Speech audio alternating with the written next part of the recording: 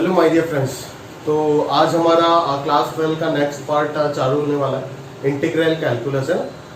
4 chapter है इस part में। आपका indefinite integration, definite integration, area under curves और डिफरेंशियल इक्वेशन। सिंपल पार्ट है, बहुत ज्यादा स्कोरिंग है। ठीक है, अच्छे से ध्यान से पढ़ लीजिएगा। एकदम सिंपल है मेरे ख्याल से। अगर लीनियर प्रोग्रामिंग प्रॉब्लम के बाद अगर देखो तो सबसे आसान पार्ट यही है, मान लो पूरा क्लास 12 सेक्शन का। हाँ, मैट्रिक्स डिटरमिनेंट वगैरह भी बोर्ड्स के लिए काफी आसान है, बट ओवरऑल अगर मैं देखूं तो मुझे पर्सनली फील होता है कि ये सबसे स्कोरिंग है। इंटीग्रल कैलकुलस का 20 मार्क्स जो है ये सबसे ज्यादा स्कोरिंग है आपके लिए। ठीक है, तो आप जरा ध्यान से देखिए किस तरीके से समझेंगे चैप्टर को। पहला 2-3 लेक्चर ध्यान से समझ जाओ दोस्त, आगे पूरा ब्रांच जो है वो क्लियर हो जाएगा। ठीक है, आगे वही चीज है। अगर आपको ये चैप्टर समझ नहीं आया, पहला चैप्टर इंडेफिनिट इंटीग्रेशन, तो बाकी चारों का चारों चैप्टर आपका बर्बाद हो जाएगा, आप उसमें कुछ नहीं कर पाएंगे। ठीक है ना, तो ये चैप्टर समझना और उसको क्लियर करना बड़ा जरूरी है आगे चीजों को संभालने के लिए। ठीक है, क्लियर है? तो चलो स्टार्ट करते हैं इसी के साथ साथ इंटीग्रल कैलकुलस का पहला चैप्टर इंडेफिनिट इंटीग्रेशन। ठीक है, ये हमारा क्या है, फर्स्ट पार्ट जो है इंडेफिनिट इंटीग्रेशन।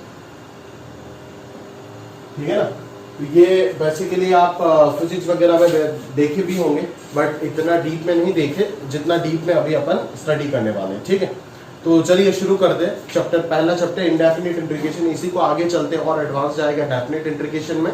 और एरिया अंडर कर्व्स और डिफरेंशियल इक्वेशन मान लो इंडेफिनिट का एप्लीकेशन है, और एरिया अंडर कर्व्स डेफिनिट का एप्लीकेशन है। ठीक है, क्लियर है? तो ये समझना जरूरी है। ये चैप्टर अगर आपका मुट्ठी में आ गया तो आगे तीनों आप आराम से पानी जैसे निपटा देंगे। समझ में आ रहा है ना? क्लियर है? तो चलिए शुरू करते हैं कि इंटीग्रेशन का जरूरत क्यों हुआ, है ना? क्या है इंटीग्रेशन? तो बेसिकली आप जानते हो कि समेशन करने के लिए लिबनीज ने इंटीग्रेशन को इन्वॉल्व किया था, मतलब इंट्रोड्यूस किया था दुनिया के सामने। ठीक है, तो लिबनीज का बहुत बड़ा काम है, रोल है इंटीग्रल कैलकुलस में। पढ़ोगे भी एक थ्योरम न्यूटन लेबनीज। ठीक है, जो बोर्ड्स में तो नहीं है बट आईटीजी के सिलेबस में है। जरा ध्यान से देखिए, अब इस तरीके से बोल सकते हैं ना चीजों को कि अगर मैं आपको पूछता हूं कि सिग्मा का क्या काम है, सिग्मा, ठीक है, तो आप बोलोगे सर सिग्मा जो है वो बेसिकली सम कर देता है। ठीक है, अभी अगर मैं सम कर देता है, अगर मैं मान लो एक रॉड ले लेता हूँ, ठीक है, एक रॉड ले लेता हूँ और उस रॉड को मैं 100 इक्वल पार्ट में डिवाइड करके आपको बोला जोड़ो। ठीक है, तो आप 100 पार्ट को आराम से जोड़ सकते हो। ठीक है, जब तक चीजें फाइनाइट चल रहा है तब तक आप आराम से जोड़ सकते हो। बट अगर मैं इसको, है ना, 100 मिलियन पार्ट्स में डिवाइड करके आपको बोलता हूँ जोड़ने के लिए, तब आप सिग्मा से जोड़ नहीं पाओगे, तब आपको इंटीग्रेशन का जरूरत होगा, है ना? इस तरीके से आप समझ सकते हो। मतलब छोटा से छोटा चीज को अगर जब आप ऐड करने जाओगे ना, स्मॉल से स्मॉल एरिया को, है ना, बेसिकली एरिया का ही बात करेंगे हम, तो उसको उस वक्त आपको इंटीग्रेशन का जरूरत होगा। ठीक है ना, this is the basic difference between sigma and your integration. ठीक है, दोनों ही समेशन ही इंडिकेट करता है, दोनों ही समेशन है। समेशन करने के लिए ये दोनों ऑपरेटर यूज होता है, बट बेसिकली इन दोनों में कुछ डिफरेंस है ना? ये फाइनाइट मतलब ये बहुत ही छोटा चीजों को समेशन करने के लिए आपका काम आएगा। क्लियर है? तो बेसिकली मैथमेटिकली अगर हम उसको फील करें तो किस तरीके से डील कर सकते हैं मैथमेटिकली, जरा ध्यान से देखते हैं। क्लियर है? ठीक है ना, ध्यान से देखते जरा। समेशन के लिए बेसिकली आप यूज करोगे इंटीग्रेशन को। ठीक है, क्या होता है अभी इंटीग्रेशन में? 2 प्रकार के इंटीग्रेशन आएगा, देखोगे। एक तो होगा कि सिर्फ ये होता है आपका सिंबल ऑफ इंटीग्रेशन, है ना? आप through out the branch integral calculus आपको ये ऐसे चीज देखने को मिलेगा, इंटीग्रेशन ऑफ fx dx, है ना? और डेफिनेट इंटीग्रेशन चैप्टर में जाकर के देखोगे कि यहाँ पे a से b लिमिट लग गया। ठीक है, क्या ये दोनों सर सेम है? नहीं, ये दोनों बिल्कुल भी सेम नहीं है। ठीक है, इसका मतलब कुछ और है, इसका मतलब कुछ और है। ठीक है, बेसिकली ये है आपका सिंबल ऑफ इंटीग्रेशन, ये हो जाता है आपका fx, जिसको हम इंटीग्रैंड बोलते हैं। जिसको इंटीग्रेट कर रहे हैं उसको इंटीग्रैंड बोलोगे। और ये dx का मतलब विद रेस्पेक्ट टू, मतलब कौन से वेरिएबल के रेस्पेक्ट में आप फंक्शन को इंटीग्रेट कर रहे हो। ठीक है, जिस वेरिएबल में फंक्शन रहेगा उसी वेरिएबल में फंक्शन को आप इंटीग्रेट करना पड़ेगा। ठीक है ना? अभी भी आप सिंगल वेरिएबल कैलकुलस पढ़ रहे हो, मल्टी वेरिएबल कैलकुलस अगर अंडर ग्रेजुएशन में आप मैथ्स लेकर के कंटिन्यू करते हो, जिसका चांस बहुत कम है। ठीक है ना, अगर आप बीटेक वगैरह में ना जाकर के किसी आईटी में जाके अगर मैथ्स लेकर के परस्यू करते हो, तब जाकर के आपको मल्टी वेरिएबल कैलकुलस वगैरह सीखने को मिलेगा। ठीक है, तो मल्टी वेरिएबल कैलकुलस अगर आ गया तब हम वो दूसरी बात है ना, डबल इंटीग्रेशन ट्रिपल इंटीग्रेशन आएगा, दैट इज एरिया तो निकाल दोगे आप सिंगल वेरिएबल से, ठीक है। बट जब भी आप फील कर सकते हो आराम से कि सर जब भी हमें ऐसा कोई वॉल्यूम निकालना होगा, ठीक है, तब मैं एक वेरिएबल, क्योंकि वॉल्यूम तो 3 डायमेंशन में काम करेगा ना, तो तब मैं एक डायमेंशन में इंटीग्रेट करके तो फायदा नहीं होगा, ठीक है। तो तब डबल इंटीग्रेशन ट्रिपल इंटीग्रेशन का जरूरत होगा आपको, अब अपना आप ये चीज क्लियर होगा, ठीक है। बेसिकली आप चिंता मत करो, अगर आप बीटेक पढ़ते हो तब भी जाकर के आपको मल्टी वेरिएबल कैलकुलस पढ़ाया जाएगा, ऐसा नहीं कि बीटेक में नहीं मिलेगा, ठीक है ना। उधर भी एरिया वॉल्यूम निकालना पड़ता है, उसके लिए ग्रीन्स थ्योरम, स्टोक्स थ्योरम, ये सब आप बहुत सारी चीज पढ़ोगे, ठीक है। अभी अपन फोकस करते हैं सिर्फ single variable calculus, that is एक वेरिएबल के रिस्पेक्ट में अपन इंटीग्रेट कर रहे हैं इस फंक्शन को, ठीक है। समझ में आ रहा है ना। तो हम ये बोल के दे देते हैं कि ये फंक्शन जो होगा ये उसी वेरिएबल में होना चाहिए जो जिस वेरिएबल के रिस्पेक्ट में आप इंटीग्रेट कर रहे हो, ठीक है। मतलब अगर मैं यहाँ पे y लिख देता हूँ और यहाँ पे अगर मैं dx लिख देता हूँ तो ये इंटीग्रेबल नहीं होगा। कब तक नहीं होगा? जब तक y as a function of x आप एक्सप्रेस नहीं कर पाओगे तब तक ये इंटीग्रेशन आप निकाल नहीं सकते, ठीक है। तब समझना ये इंटीग्रैंड जिस रेस्पेक्ट में चलेगा उसी रेस्पेक्ट में आपको इंटीग्रेशन करना होगा, अदरवाइज बात नहीं बनेगा।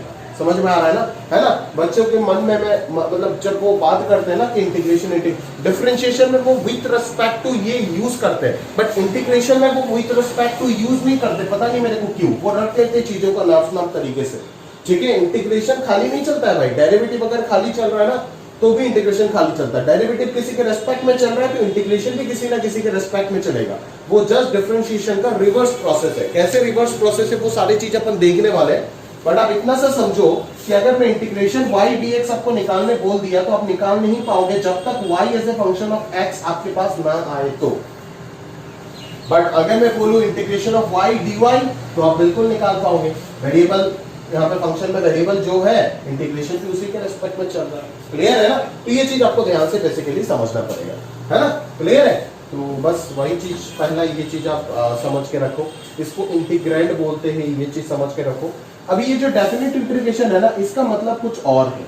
ये अलजेब्रिक सम ऑफ एरियाज को रिप्रेजेंट करता है। ये अलजेब्रिक सम ऑफ एरियाज को रिप्रेजेंट करता है। बच्चों को मैं पूछता हूँ ना व्हाट डज इंटीग्रेशन में, इंटीग्रेशन सुनते ही वो बोल देते हैं एरिया।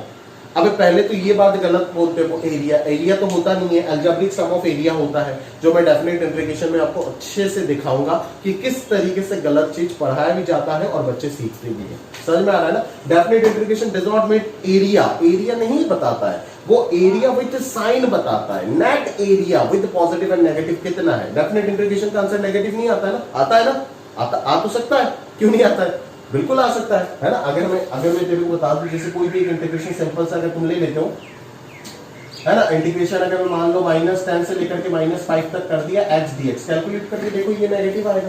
तो अगर डेफिनेट इंटीग्रेशन नेगेटिव आ रहा है तो एरिया कैसे नेगेटिव हो जाता है भाई।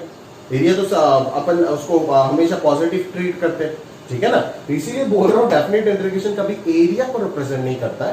Definite integration represents the algebraic sum of areas bounded by the curve, ठीक है। वो अपन बाद में देखने वाले हैं। बट डेफिनेट इंटीग्रेशन एरिया को रिप्रेजेंट करता है, इनडेफिनेट इंटीग्रेशन एरिया को रिप्रेजेंट नहीं करता। ये गलत पहले दिमाग से हटा दे। मैं ऐसे भी अगर पूछ लेता हूं ना तेरे को इंटीग्रेशन ऑफ fx dx बता, तो ये ज्योमेट्रिकली क्या इंडिकेट करेगा, बच्चा बोलता है एरिया। अबे काहे का एरिया, अगर लिमिट ही नहीं लगाया तो एरिया काहे का आएगा यहाँ पे। समझ में आ रहा है ना। Indefinite integration does not represent the area. Area तो बोलना ही गलत है, अलजेब्रिक सम ऑफ एरिया, ठीक है। एरिया का कोई बातचीत इनडेफिनेट में नहीं आएगा, वो डेफिनेट में आएगा। समझ में आ रहा है ना। इनडेफिनेट में कुछ और ही होता है, क्या होता है देखेंगे अभी। क्लियर है, समझ आ रहा है ना मेरी बात। तो ध्यान से मेरी बात को समझने का प्रयास करो और एक एक चीज को ध्यान से नोट करके रखो, कॉपी में भी और दिमाग में भी, ठीक है। तो अभी चलते हैं हम बेसिक डेफिनेशन में कि किस तरीके से हम इंटीग्रेशन को डिफाइन करते हैं, ठीक है। क्लियर, किस तरीके से अपन इस चीज को डिफाइन करेंगे वो चीज पे चलते हैं। तो वो कुछ इस तरीके से डिफाइन करते, देखो कि अगर मैं बोलता हूं कि डेरिवेटिव ऑफ एनी फंक्शन, मान लो ddx ऑफ स्मॉल fx जो फंक्शन है वो हो गया मेरा gx, ठीक है। तो अपन ये बोल सकते हैं कि इंटीग्रेशन ऑफ gx जो होगा with respect to the same variable x, यहाँ पे dx लिखना पड़ेगा। इसका मतलब किस वेरिएबल के रिस्पेक्ट में चल रहा है, सिर्फ x लिखने से नहीं होगा, dx लिखना पड़ेगा। ये इंटीग्रेशन सिंबल का वैलिडिटी तभी होगा जब यहाँ पे dx आएगा या फिर dy आएगा या फिर जो भी है आएगा। Integration must be with respect to, सिर्फ ये लिखने से कोई मतलब बनता है क्या, d of fx this differential मुझे पता है, बट इसके नीचे जब तक dx नहीं आता है तो कोई मतलब ही नहीं बनता है ना भाई, क्लियर है। सिमिलरली सिर्फ इंटीग्रेशन सिंबल का कोई मतलब नहीं बनता है, इसके साथ dx आना चाहिए, क्लियर है। Integration of gx dx must be is equal to fx, integration of gx dx must be equal to fx। मतलब अगर मैं बोल रहा हूं कि सर fx का डेरिवेटिव अगर gx है तो gx का इंटीग्रेशन fx होगा, दैट्स इट, बस इतना सा चीज समझना है।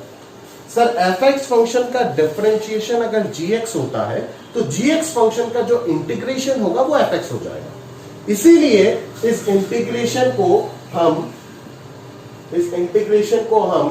एंटी डेरिवेटिव के नाम से भी जानते हैं।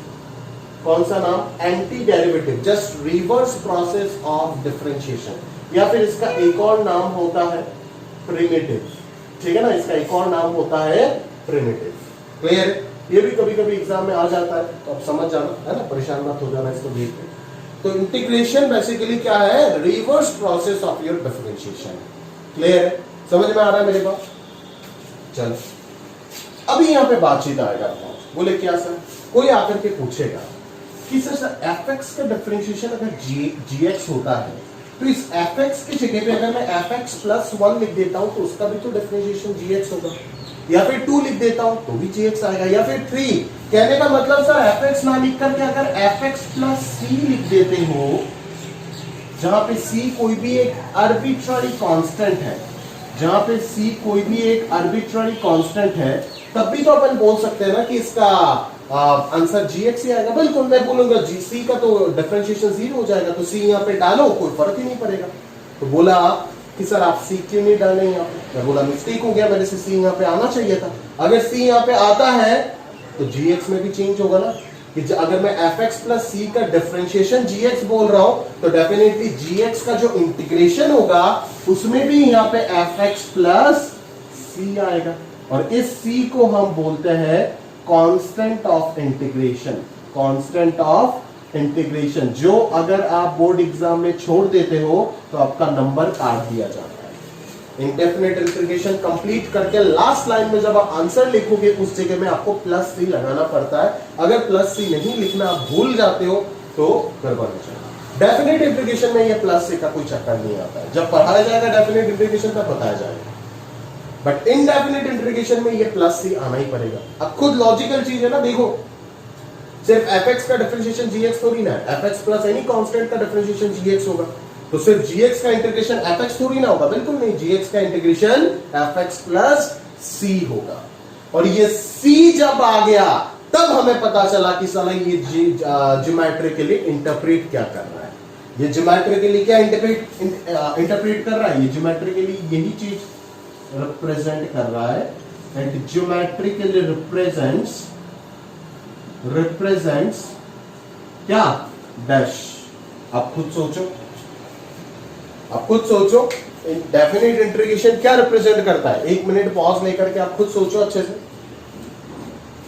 डेफिनेट इंटीग्रेशन ज्योमेट्रिकली रिप्रेजेंट करता है algebraic sum of areas. Algebraic sum of areas क्या है, अभी के लिए बस नाम याद रख, क्या है अपन बाद में बताएंगे। But definite indefinite integration, limit जो बिना लिमिट वाला इंटीग्रेशन है उसको इनडेफिनिट इंटीग्रेशन बोलते हैं। इनडेफिनिट है ना, नाम से ही पता चल रहा है, उसका कोई फिक्स चीज ही नहीं है ना, इनफाइनाइट पॉसिबिलिटी होगा। अगर मैं बोलता हूं कि ये c का वैल्यू तो आर्बिट्ररी कांस्टेंट है, आर्बिट्ररी कांस्टेंट का मतलब क्या है सर, ऐसा कांस्टेंट जो वेरी करता जाएगा, यहाँ पे 1 भी आ सकता है, 2 भी आ सकता है, 3 भी आ सकता है, 4 भी आ सकता है, कुछ भी आ सकता है, मतलब साला ये इंडेफिनिट इंटीग्रेशन का आंसर अनंत इनफाइनाइट पॉसिबिलिटीज आएगा। समझ आ रहा है नहीं आ रहा है मेरी बात। अगर मैं बोल रहा हूं कि c का वैल्यू कुछ भी हो सकता है तो ये इनडेफिनिट इंटीग्रेशन fx dx का जो आंसर आएगा वो तो कुछ भी हो सकता है ना भाई। कुछ भी का मतलब क्या है कि c अगर इनफाइनाइट वैल्यूज ले रहा है तो इंटीग्रेशन gx dx भी इनफाइनाइट होगा, इनफाइनाइट पॉसिबिलिटीज होगा। बिल्कुल सही, बिल्कुल सही। देख और फील दिलाऊंगा कैसे, एक एग्जांपल लेने दे ध्यान से, और फील दिलाऊंगा। बोले सर क्या आपको ये पता है, क्या कि एक्स स्क्वायर का डेरिवेटिव 2x होता है, दैट इज मैं मान लेता हूं एक्स स्क्वायर प्लस सी का डिफरेंशिएशन क्या होता है 2x होता है। तो बोले सर क्या अपन ये बोल सकते हैं कि इंटीग्रेशन ऑफ 2x dx जो होगा वो एक्स स्क्वायर प्लस सी होगा? बिल्कुल सही आप बोल सकते हैं। क्लियर है? तो what is x square? What is x square? X square is a vertical parabola, vertically upward parabola, ठीक है ना। एक्सिस इसका वाई एक्सिस है, क्लियरली आपको दिख रहा है। अभी चला अगर ये सी का बात है, अभी सी अगर कभी 1 होता है तो ये कर्व शिफ्ट होकर के ऊपर चला जाएगा। अबे ग्राफिकल ट्रांसफॉर्मेशन +1 अगर होता है तो ऊपर जाएगा ना 1 यूनिट, अगर +2 होता है तो 2 यूनिट ऊपर जाएगा, अगर सी का वैल्यू -1 होता है तो 1 यूनिट नीचे आएगा, सी का वैल्यू -2 होता है तो 2 यूनिट नीचे आएगा। ऐसा ही तो चलता जाएगा सीन। अरे चलेगा नहीं चलेगा? बराबर ऐसे ही चलेगा। ये एक्स स्क्वायर प्लस सी को अगर मैं प्लॉट करने गया तो मेरे पास इनफाइनाइट पॉसिबिलिटीज ऑफ कर्व आएगा? आएगा नहीं आएगा भाई? आएगा ना। बट उन सारे कर्व्स में एक प्रॉपर्टी तय है, फिक्स रहेगा। वो प्रॉपर्टी कौन सा है? जरा ध्यान से देखते हैं कि सर अगर एक्सिस के पैरेलल में कोई लाइन खींचता हो, अगर एक्सिस के पैरेलल में कोई लाइन खींचता हो तो जितने भी पॉइंट ऑफ इंटरसेक्शन मिल रहे हैं, जितने भी पॉइंट ऑफ इंटरसेक्शन मिल रहे हैं, उन सारे पॉइंट्स में मेरा ग्राफ थोड़ा सही नहीं गया, आप थोड़ा सही से बनाइएगा तो आपको क्लियरली दिख जाएगा। आपको लग सकता है कि ये सर अजीब सा बना दिया आपने, तो यहाँ पे टेंजेंट बनाया नहीं, कट करके चले गए। बिल्कुल नहीं, मेरा ग्राफ थोड़ा अजीब सा हो गया। आप अगर प्रॉपर्ली बनाएंगे तो आप देखेंगे कि उन सारे पॉइंट्स में जो टेंजेंट आएगा ना सर, टेंजेंट, वो टेंजेंट सारे के सारे पैरेलल हो जाएगा। समझ में आ रहा है ना? उन सारे पॉइंट्स में जो टेंजेंट आएगा ना वो टेंजेंट पैरेलल हो जाएगा। जैसे सिंपल से मैं आपको यहाँ पे दिखा सकता हूँ, इस पॉइंट में देखो ना, इस पॉइंट में टेंजेंट देखो, इस पॉइंट में टेंजेंट देखो, सारे के सारे टेंजेंट्स पैरेलल है या नहीं? बिल्कुल है। तो अगर मैं एक वर्टिकल लाइन खींचता हूं और वो वर्टिकल लाइन जिस पॉइंट में भी कट कर रहा है, सिर्फ वर्टिकल लाइन से आप बच सकते हो, किसी भी पॉइंट्स में अगर आप बात कर सकते हो ना, ये देखो टेंजेंट्स जो है वो आराम से आपका पैरेलल चलता जा रहा है। समझ में आ रहा है? क्लियर है? तो ये चीज आपको ध्यान से यहां पे समझना पड़ेगा कि अगर मैं बात करूं यहाँ पे एक्स स्क्वायर प्लस सी का, है ना, एक्स स्क्वायर प्लस सी का, जैसे क्यों ये सेम आ रहा है? बिकॉज देखो ना, ये कर्व है आपका, है ना, ये कर्व है आपका एक्स स्क्वायर, ये कर्व है मान लो एक्स स्क्वायर प्लस 1, ये कर्व है एक्स स्क्वायर प्लस 2, ये कर्व है एक्स स्क्वायर -1, ये कर्व है एक्स स्क्वायर -2।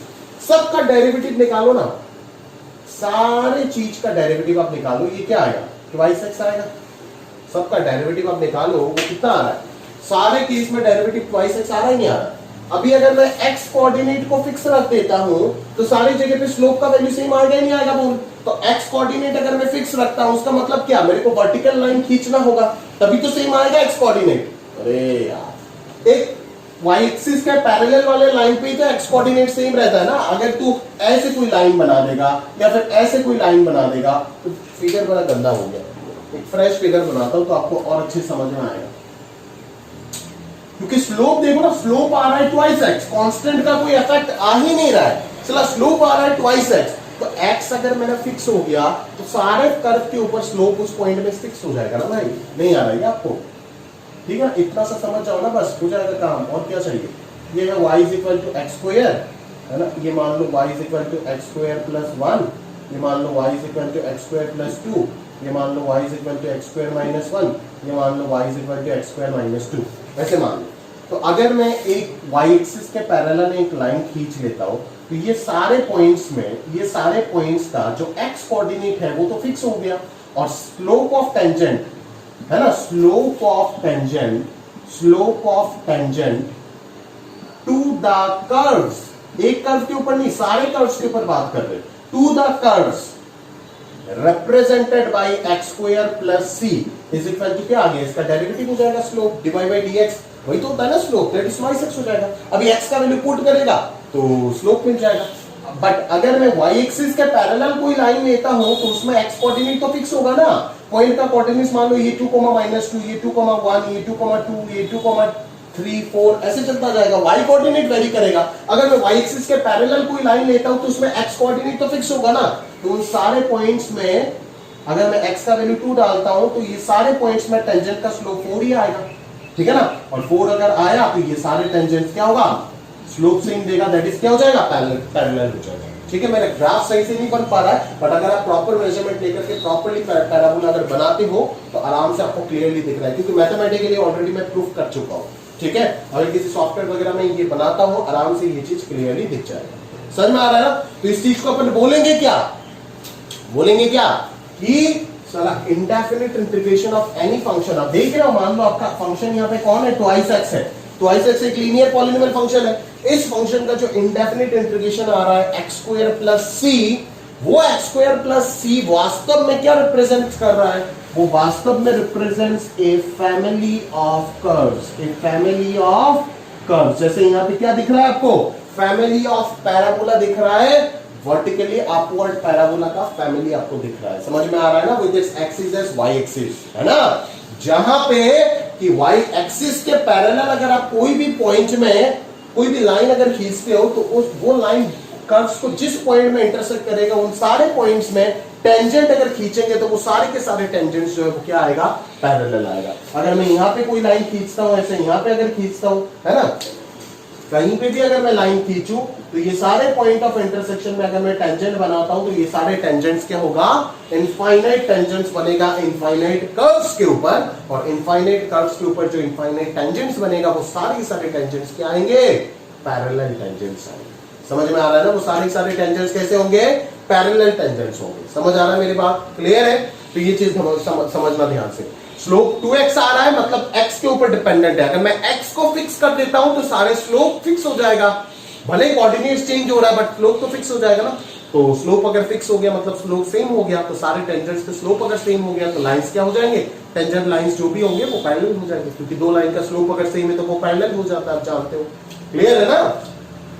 तो वही चीज था जो आपको सीखने वाला चीज है, ठीक है ना। ये देखो यहाँ पे टेंजेंट वगैरह का नॉलेज यूज हो रहा है, इसीलिए कभी कभी वापस ये बड़ा कंट्राडिक्शन है, एओडी पहले पढ़ना चाहिए या फिर इंटीग्रेशन पहले पढ़ना चाहिए, ठीक है ना। कहीं कहीं जगह पे पढ़ा देता है बट इस जगह पे देखो वापस आपका ये कंसेप्ट यूज हो रहा है टेंजेंट वाला, जो टेंजेंट नॉर्मल में अपन पढ़ रहे हैं। इसीलिए कुछ भी एक करेंगे बेसिक इंटीग्रेशन सबको पता होता है, इसीलिए एओडी पहले पढ़ाना ही सही रहता है मेरे हिसाब से, मैं तो वही करता हूँ।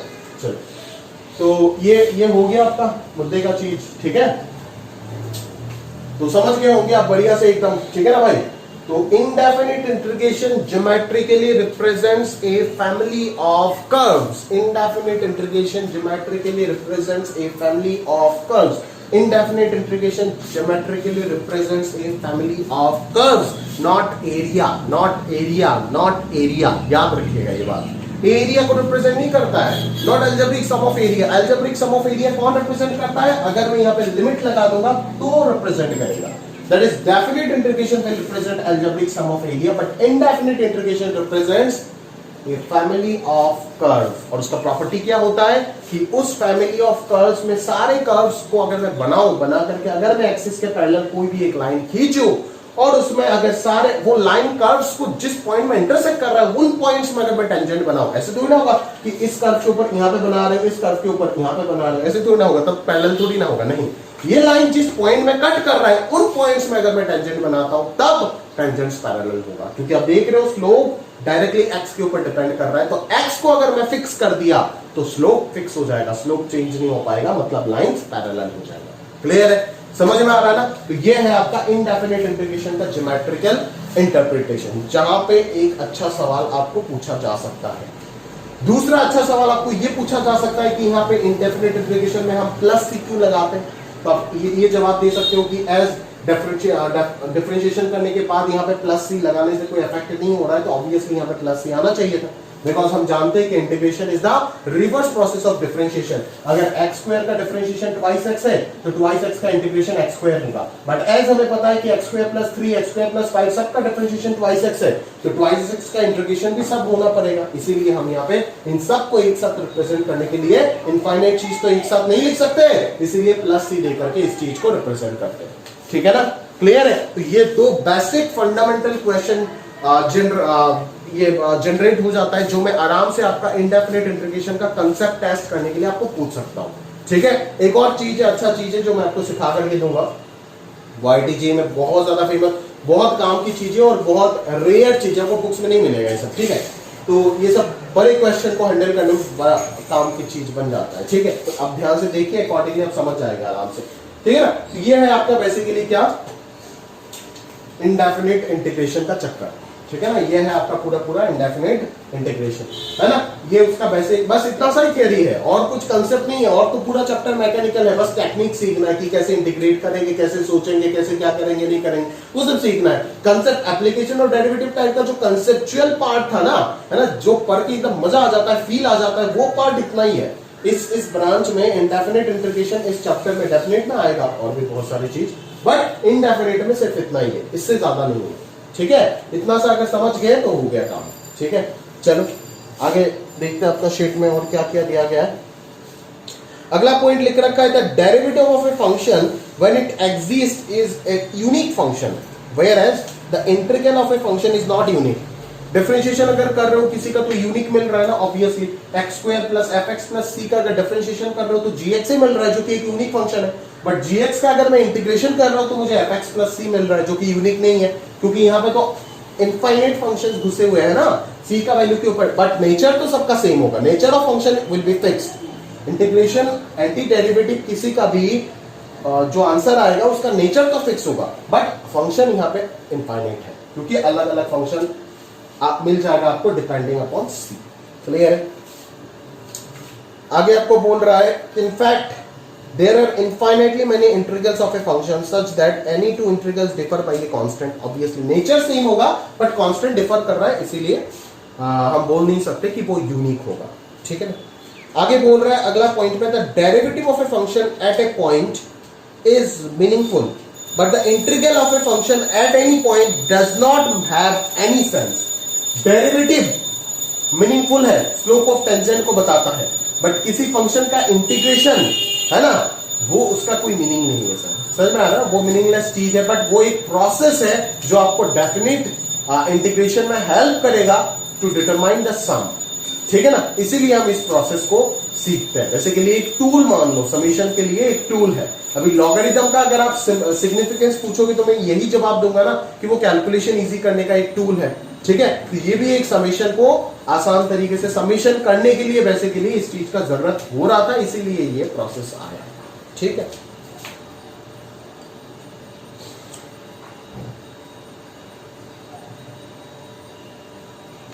आगे बोल रहा है एवरी फंक्शन, हाँ सारे दुनिया के सारे फंक्शन डिफरेंशिएबल नहीं है, सिमिलरली दुनिया के सारे फंक्शन इंटीग्रेबल भी नहीं है। सिंपल सा चीज, सारे फंक्शन डिफरेंशिएबल नहीं है तो सारे फंक्शन इंटीग्रेबल कैसे हो जाएगा। ठीक है ना, इंटीग्रेबल भी नहीं हो सकता। जैसे अगर मैं पूछता हूं कि इसका इंटीग्रेशन निकाल, है ना, आप पूरा जिंदगी ट्राई करोगे तब भी नहीं निकाल पाओगे, बट अगर मैं इसके साथ एक एक्स चिपका देता हूं तो आप सब्स्टिट्यूशन से इसको इंटीग्रेट कर दोगे। ठीक है, तो जब तक इसके साथ एक एक्स नहीं आएगा तब तक इस e to the power x square को मैं इंटीग्रेट नहीं कर पाऊंगा। ठीक है, तो यही इसका खूबी है ना, जब तक सारे फंक्शंस जो है वो इंटीग्रेबल नहीं होता है, एज सारे फंक्शन डिफरेंशिएबल भी नहीं होता है। ठीक है, इंटीग्रेशन डिफरेंशिएशन दोनों प्रोसेस एक दूसरे का रिवर्स प्रोसेस है।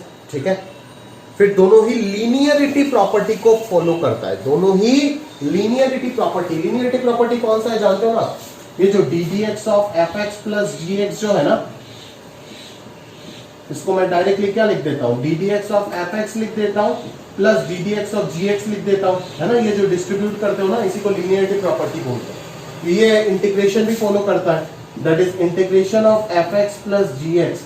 दो अलग अलग फंक्शन का इंटीग्रेशन अगर मैंने दे दिया विद रिस्पेक्ट टू एक्स, तो इसको आप integration of f x d x plus integration of g x d x लिख सकते हैं। ठीक है, तो सिमिलरली डिफरेंशिएशन के तरह इंटीग्रेशन भी ये लीनियरिटी प्रॉपर्टी को फॉलो करता है। इस प्रॉपर्टी को बोलते हैं लीनियरिटी प्रॉपर्टी। ठीक है, क्लियर है। और अभी आएगा सबसे इंपॉर्टेंट और तगड़ा प्रॉपर्टी, जो बड़े बड़े कैलकुलेशन, बड़े बड़े अच्छे क्वेश्चंस को सिंप्लीफाई करने में आपको बहुत मदद करेगा सर। ठीक है, ये सब नोट अगर पता हो जाता है ना बच्चों को, तो वो बाकी बच्चों से कितना ज्यादा एडवांस हो जाते हैं, वो तभी उनको फील आएगा जब वो एग्जाम में वो क्वेश्चन करके आएंगे कम समय में। ठीक है, क्लियर है। क्या बोला जा रहा है, लास्ट प्रॉपर्टी और सबसे इंपॉर्टेंट चीज क्या बोला जा रहा है कि anti derivative of A continuous function is always differentiable anti derivative of A continuous function is always differentiable. Anti derivative of A continuous function is always differentiable. याद रखिएगा बात को। अगर मैं बोल रहा हूं कोई फंक्शन fx मेरे पास है जिसका एंटी डेरिवेटिव मैं निकालने जा रहा हूं, और मान लो वो क्या आ गया, gx प्लस c आ गया, ठीक है। तो अगर ऐसे होता है तो ऐसा कब हो पाएगा? अगर डेरिवेटिव ऑफ gx fx है तभी तो बोल पाएंगे ना ऐसे। डेरिवेटिव ऑफ gx fx होना पड़ेगा तभी तो ऐसे बोल पाएंगे ना अपन, ठीक है। ddx of gx plus c fx, ये एक दूसरे को इंप्लाई करता है ना, ये भी इसको इंप्लाई करता है, ये भी इसको इंप्लाई करता है, जो अभी अपन ने पढ़ के आया। बट आपको बोला है कि anti derivative of A continuous function. Anti derivative मतलब ही क्या? Integration of A continuous function. ऐसे आप याद रखो, integration of A continuous function, that is integration of A continuous function. तो आपको बोल के दे रहा है यहाँ पे fx फंक्शन जो है वो कंटीन्यूअस है। कंटीन्यूअस है, डिफरेंशिएबल नहीं बोला है, सिर्फ कंटीन्यूअस बोला है। अच्छा, तो अगर ये फंक्शन कंटीन्यूअस होता है तो इसका इंटीग्रेशन जो होगा वो डिफरेंशिएबल होगा। कैसे? अगर ये हमें पता है तो मैं ये लिख सकता हूं, और इसका मतलब क्या है, डेरिवेटिव कर दूं ना, तो gx का डेरिवेटिव हो जाएगा g dash x plus c का डेरिवेटिव 0, और इधर आ जाएगा fx। तो अगर fx कंटीन्यूअस है मतलब g डैश भी कंटीन्यूअस है। fx कंटीन्यूअस मतलब क्या? जहां पे जिस भी इंटरवल a, b या फिर जहां पे भी आपको पूछा गया है उस जगह पे fx इज डिफाइंड। कंटीन्यूअस का मतलब क्या है? डिफाइंड है। तो अगर fx डिफाइंड है तो g डैश x भी क्या मिल रहा है आपको? डिफाइंड ही तो मिल रहा है ना। अगर g डैश भी डिफाइंड मिला मतलब फंक्शन gx फंक्शन क्या हो गया? अरे भाई g डैश भी अगर डिफाइंड मिलता है उसी इंटरवल में, डिफाइंड का मतलब क्या है कि g डैश x एग्जिस्ट, और अगर g डैश x एग्जिस्ट करता है मतलब gx फंक्शन डिफरेंशिएबल है। समझ में आ रहा है ना? और gx फंक्शन कौन है? Anti derivative of this continuous function fx। समझ में आ रहा है ना? तो अभी सोचो कि ये कितना काम का प्रॉपर्टी है, कितना काम का प्रॉपर्टी है। मान लो कि कैसे क्वेश्चन में यहां पे बना सकता हूं वैसे के लिए इस प्रॉपर्टी के ऊपर कि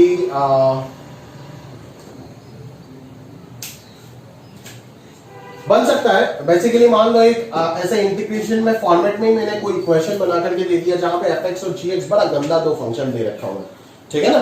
fx और gx बहुत गंदा फंक्शन दे रखा हूं, ठीक है। डायरेक्ट क्वेश्चन ही बन सकता है ना। अगर मैं बोल देता हूं कि ये इक्वेशन देकर के आपको अगर बोल देता हूं कि fx is continuous, if fx is continuous at x equal to 2, ठीक है। और फिर मैं मान लो 4 ऑप्शन दे देता हूं आपको।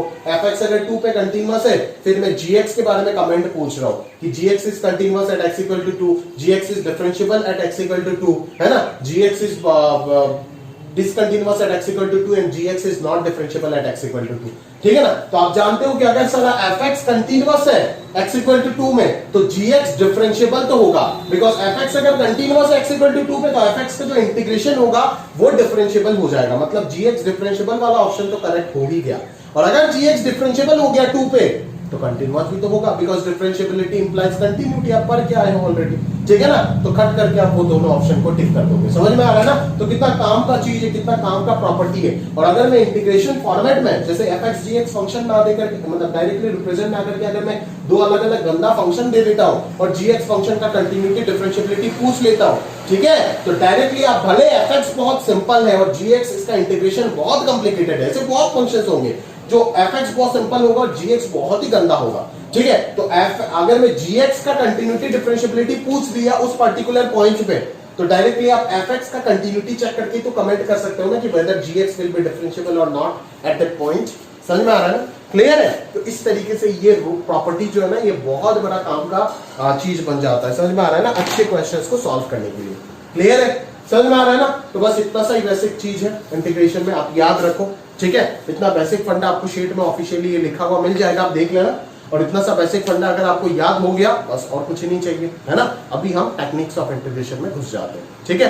तो आज के लेक्चर में बेसिकली एलिमेंट्री इंटीग्रेशंस को उठाएंगे हम, ठीक है, जो डायरेक्टली इस कंसेप्ट से आया है। दैट इज अच्छा, इस फंक्शन का डिफरेंशिएशन जैसे sin x का डिफरेंशिएशन cos x है तो cos x का डिफरेंशिएशन इंटीग्रेशन हो जाएगा sin x। ठीक है। तो वो basic definition of derivative and integration से जो फॉर्मूले हमारे पास आए हैं वो फॉर्मूले पहले हम लिखेंगे और फिर उनके ऊपर बेस करके अपन जो है क्या करेंगे, कुछ एलिमेंट्री प्रॉब्लम्स आज के क्लास में सॉल्व करेंगे।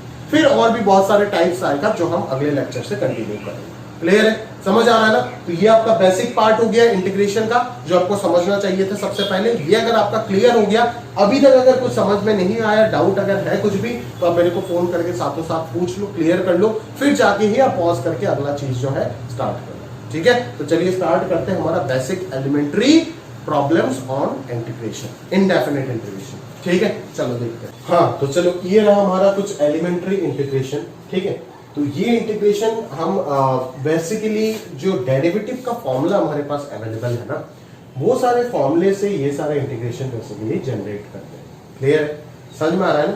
तो आगे जाकर के आपको और भी बहुत सारी चीजें पता चलेगा इसके बारे में। ठीक है, तो आप जरा डेरिवेटिव के जितने भी फॉर्मूले हमारे पास है, वही फॉर्मूले से हम बेसिकली ये इंटीग्रेशन जो है उनको डेवलप करते हैं। क्लियर है, समझ में आ रहा है। ट्रिग्नोमेट्री का एग्जैक्टली आप देखोगे 16 फॉर्मूला शायद था आपका डिफरेंशिएशन में, जो चार्ट बना के दिया था, बॉक्स वाला चार्ट। तो उसमें 6 इनवर्स का है, इनवर्स का छोड़ के रिमेनिंग 10 फॉर्मूला से 10 इंटीग्रेशन का बेसिक फॉर्मूला जनरेट होता है। और आज के लेक्चर में अपन लोग यही चीज कवर करने वाले डिटेल में। ठीक है, अभी सर साइन एक्स और कॉस एक्स का इंटीग्रेशन तो बता दिया, तो tan x cot x sec x cosec x कहां से करेंगे, बताया जाएगा। अगले लेक्चर चलने तो सारी चीज बताया जाएगा। ठीक है, वो आप डायरेक्टली निकाल नहीं पाओगे, उसमें सब्स्टिट्यूशन टेक्निक यूज होगा और वो आपको समझना पड़ेगा कि वो होता क्या है। ठीक है ना, तो बेसिकली आपको डीप में जाकर के वो स्टडी करना होगा। ठीक है, तो नहीं तो इस जगह पे डायरेक्टली अगर मैं फॉर्मूला लिख दूं तो आप समझोगे नहीं। तो टुकड़ों टुकड़ों में पढ़ाया जाएगा पूरा चैप्टर, जैसे पढ़ा रहा हूं उस तरीके से समझ जाना। आधा अधूरा मुझे फॉलो मत करना, अगर करना है तो पूरा करो, नहीं तो जिसको कर रहे हो उसको कंप्लीटली फॉलो करो, तो फायदा ज्यादा होगा। समझ आ रहा है ना। मेरे को आधा किताब आधा दूसरे मास्टर को ऐसे मत करो। ठीक है, कर रहे हो तो मेरा बात पूरा मानो, अदरवाइज बिल्कुल मत मानो। ठीक है, दोनों में आपका फायदा है, बट अगर आधा अधूरा मानोगे तो नुकसान नुकसान। ठीक है, हमेशा नुकसान रहेगा। देखो जरा क्या होता है, बेसिकली अपन ये जान चुके होते हैं, है ना, कि sir x to the power n का जो डिफरेंशिएशन होता है ना sir, x to the power n का, वो क्या होता है n into x to the power n minus 1। ठीक है, तो ऑब्वियसली अपन ये बोल सकते हैं कि इसका इंटीग्रेशन जो होगा, इसका जो इंटीग्रेशन होगा, अच्छा यहाँ पे प्लस सी मिस हो गया ना। ठीक है, तो बेसिकली इसका जो इंटीग्रेशन होगा वो अपन बोल सकते हैं ये होगा, बोल सकते नहीं बोल सकते, आराम से बोल सकते हैं। क्लियर है, तो ये तो कांस्टेंट है ना, और कांस्टेंट को इंटीग्रेशन के बाहर लेके जा सकते हैं और इसको इधर डिवाइड लगा देते हैं। समझ में आ रहा है, कांस्टेंट को तो आराम से बाहर लेके जा सकते हो, कोई दिक्कत वाली बात नहीं। तो बेसिकली आपको ये पता चल रहा है कि x to the power n minus 1 का इंटीग्रेशन हो जाएगा x to the power n by n। मतलब अगर तरीके से देखें तो ये आया कैसे, x to the power n minus 1 ही था, नीचे भी n माइनस 1 ही था, बस प्लस 1 आ गया।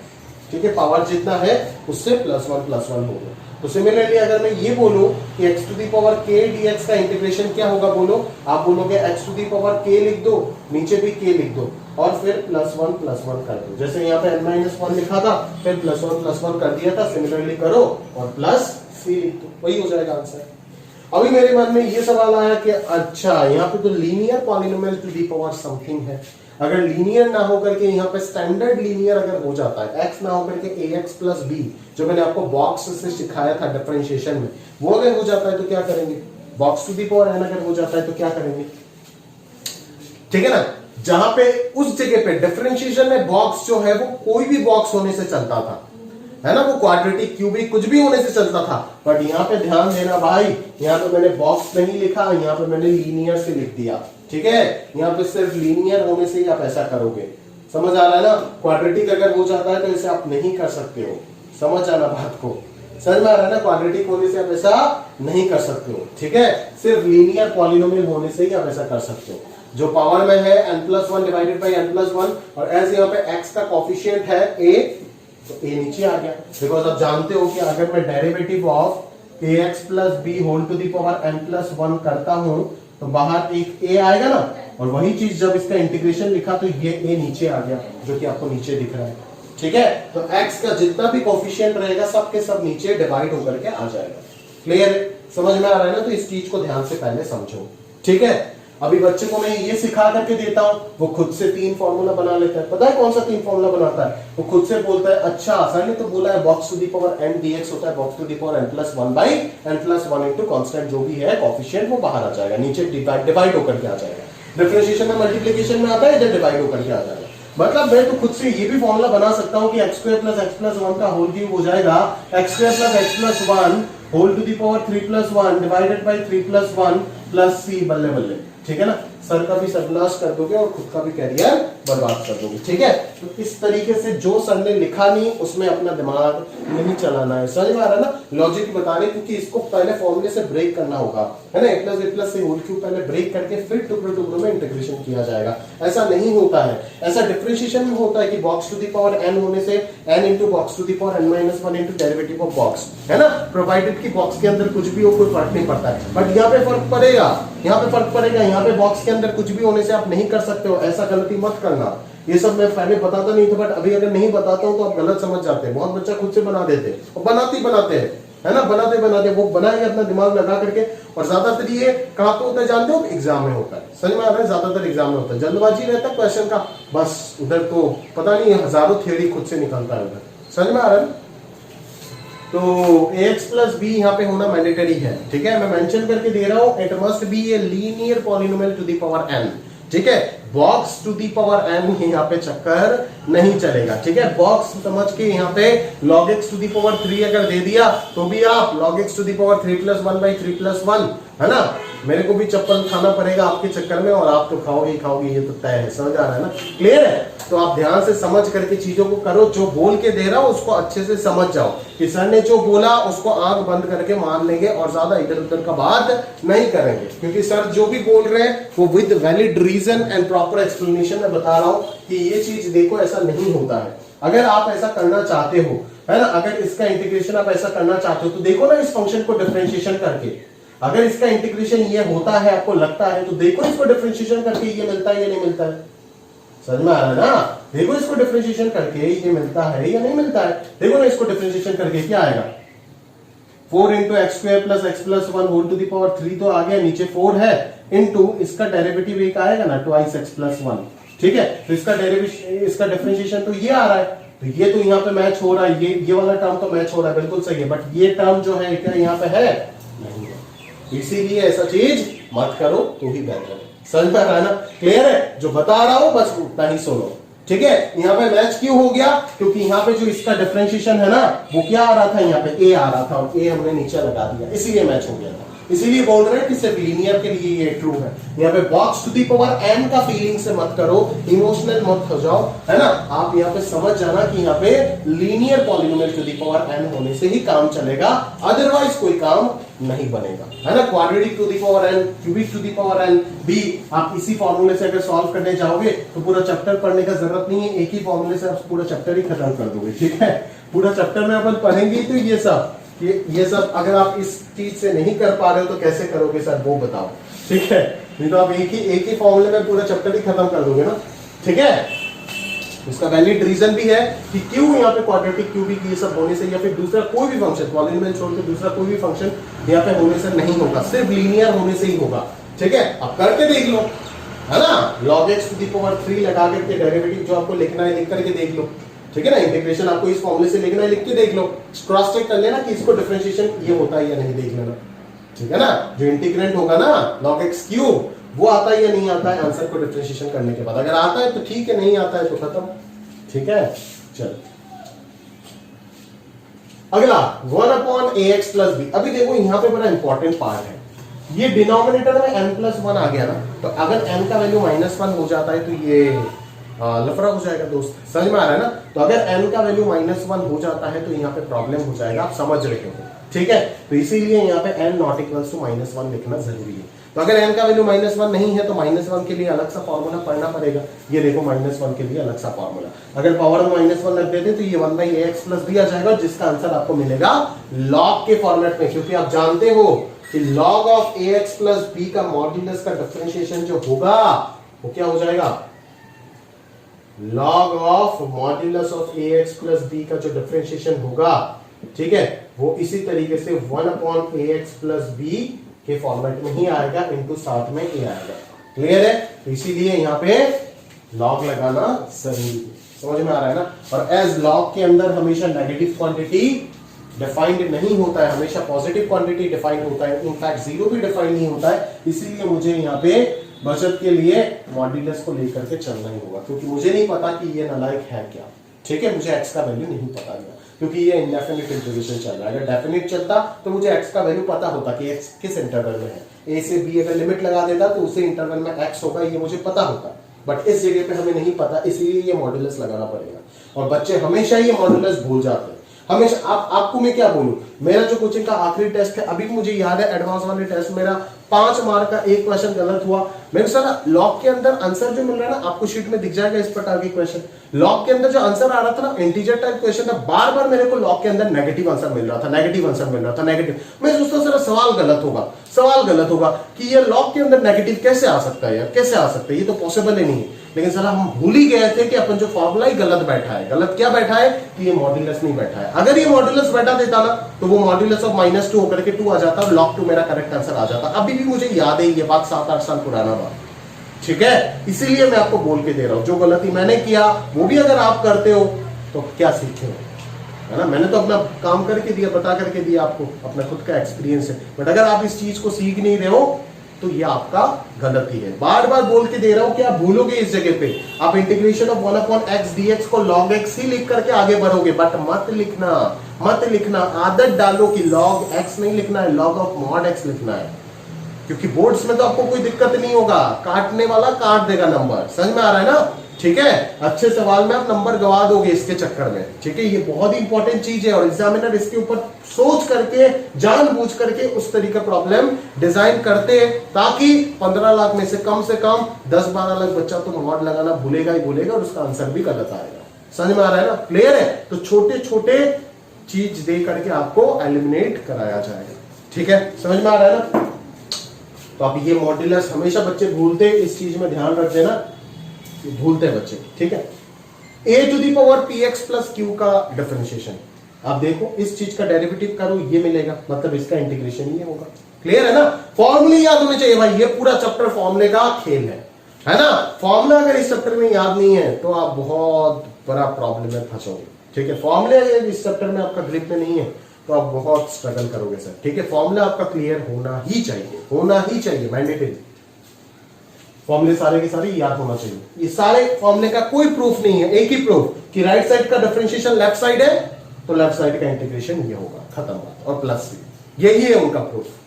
अब सबका फॉर्म, इसका भी डिफरेंशिएशन आप जानते हो, इसका भी जानते हो। यहाँ पे a के जगह पे e रख दोगे तो log e b 1 हो जाएगा। ठीक है, फिर cos का डिफरेंशिएशन साइन माइनस साइन का डिफरेंशिएशन cos है, सॉरी cos का डिफरेंशिएशन माइनस साइन है तो साइन माइनस को इधर लेके आ गया तो साइन का इंटीग्रेशन हो गया माइनस कॉस।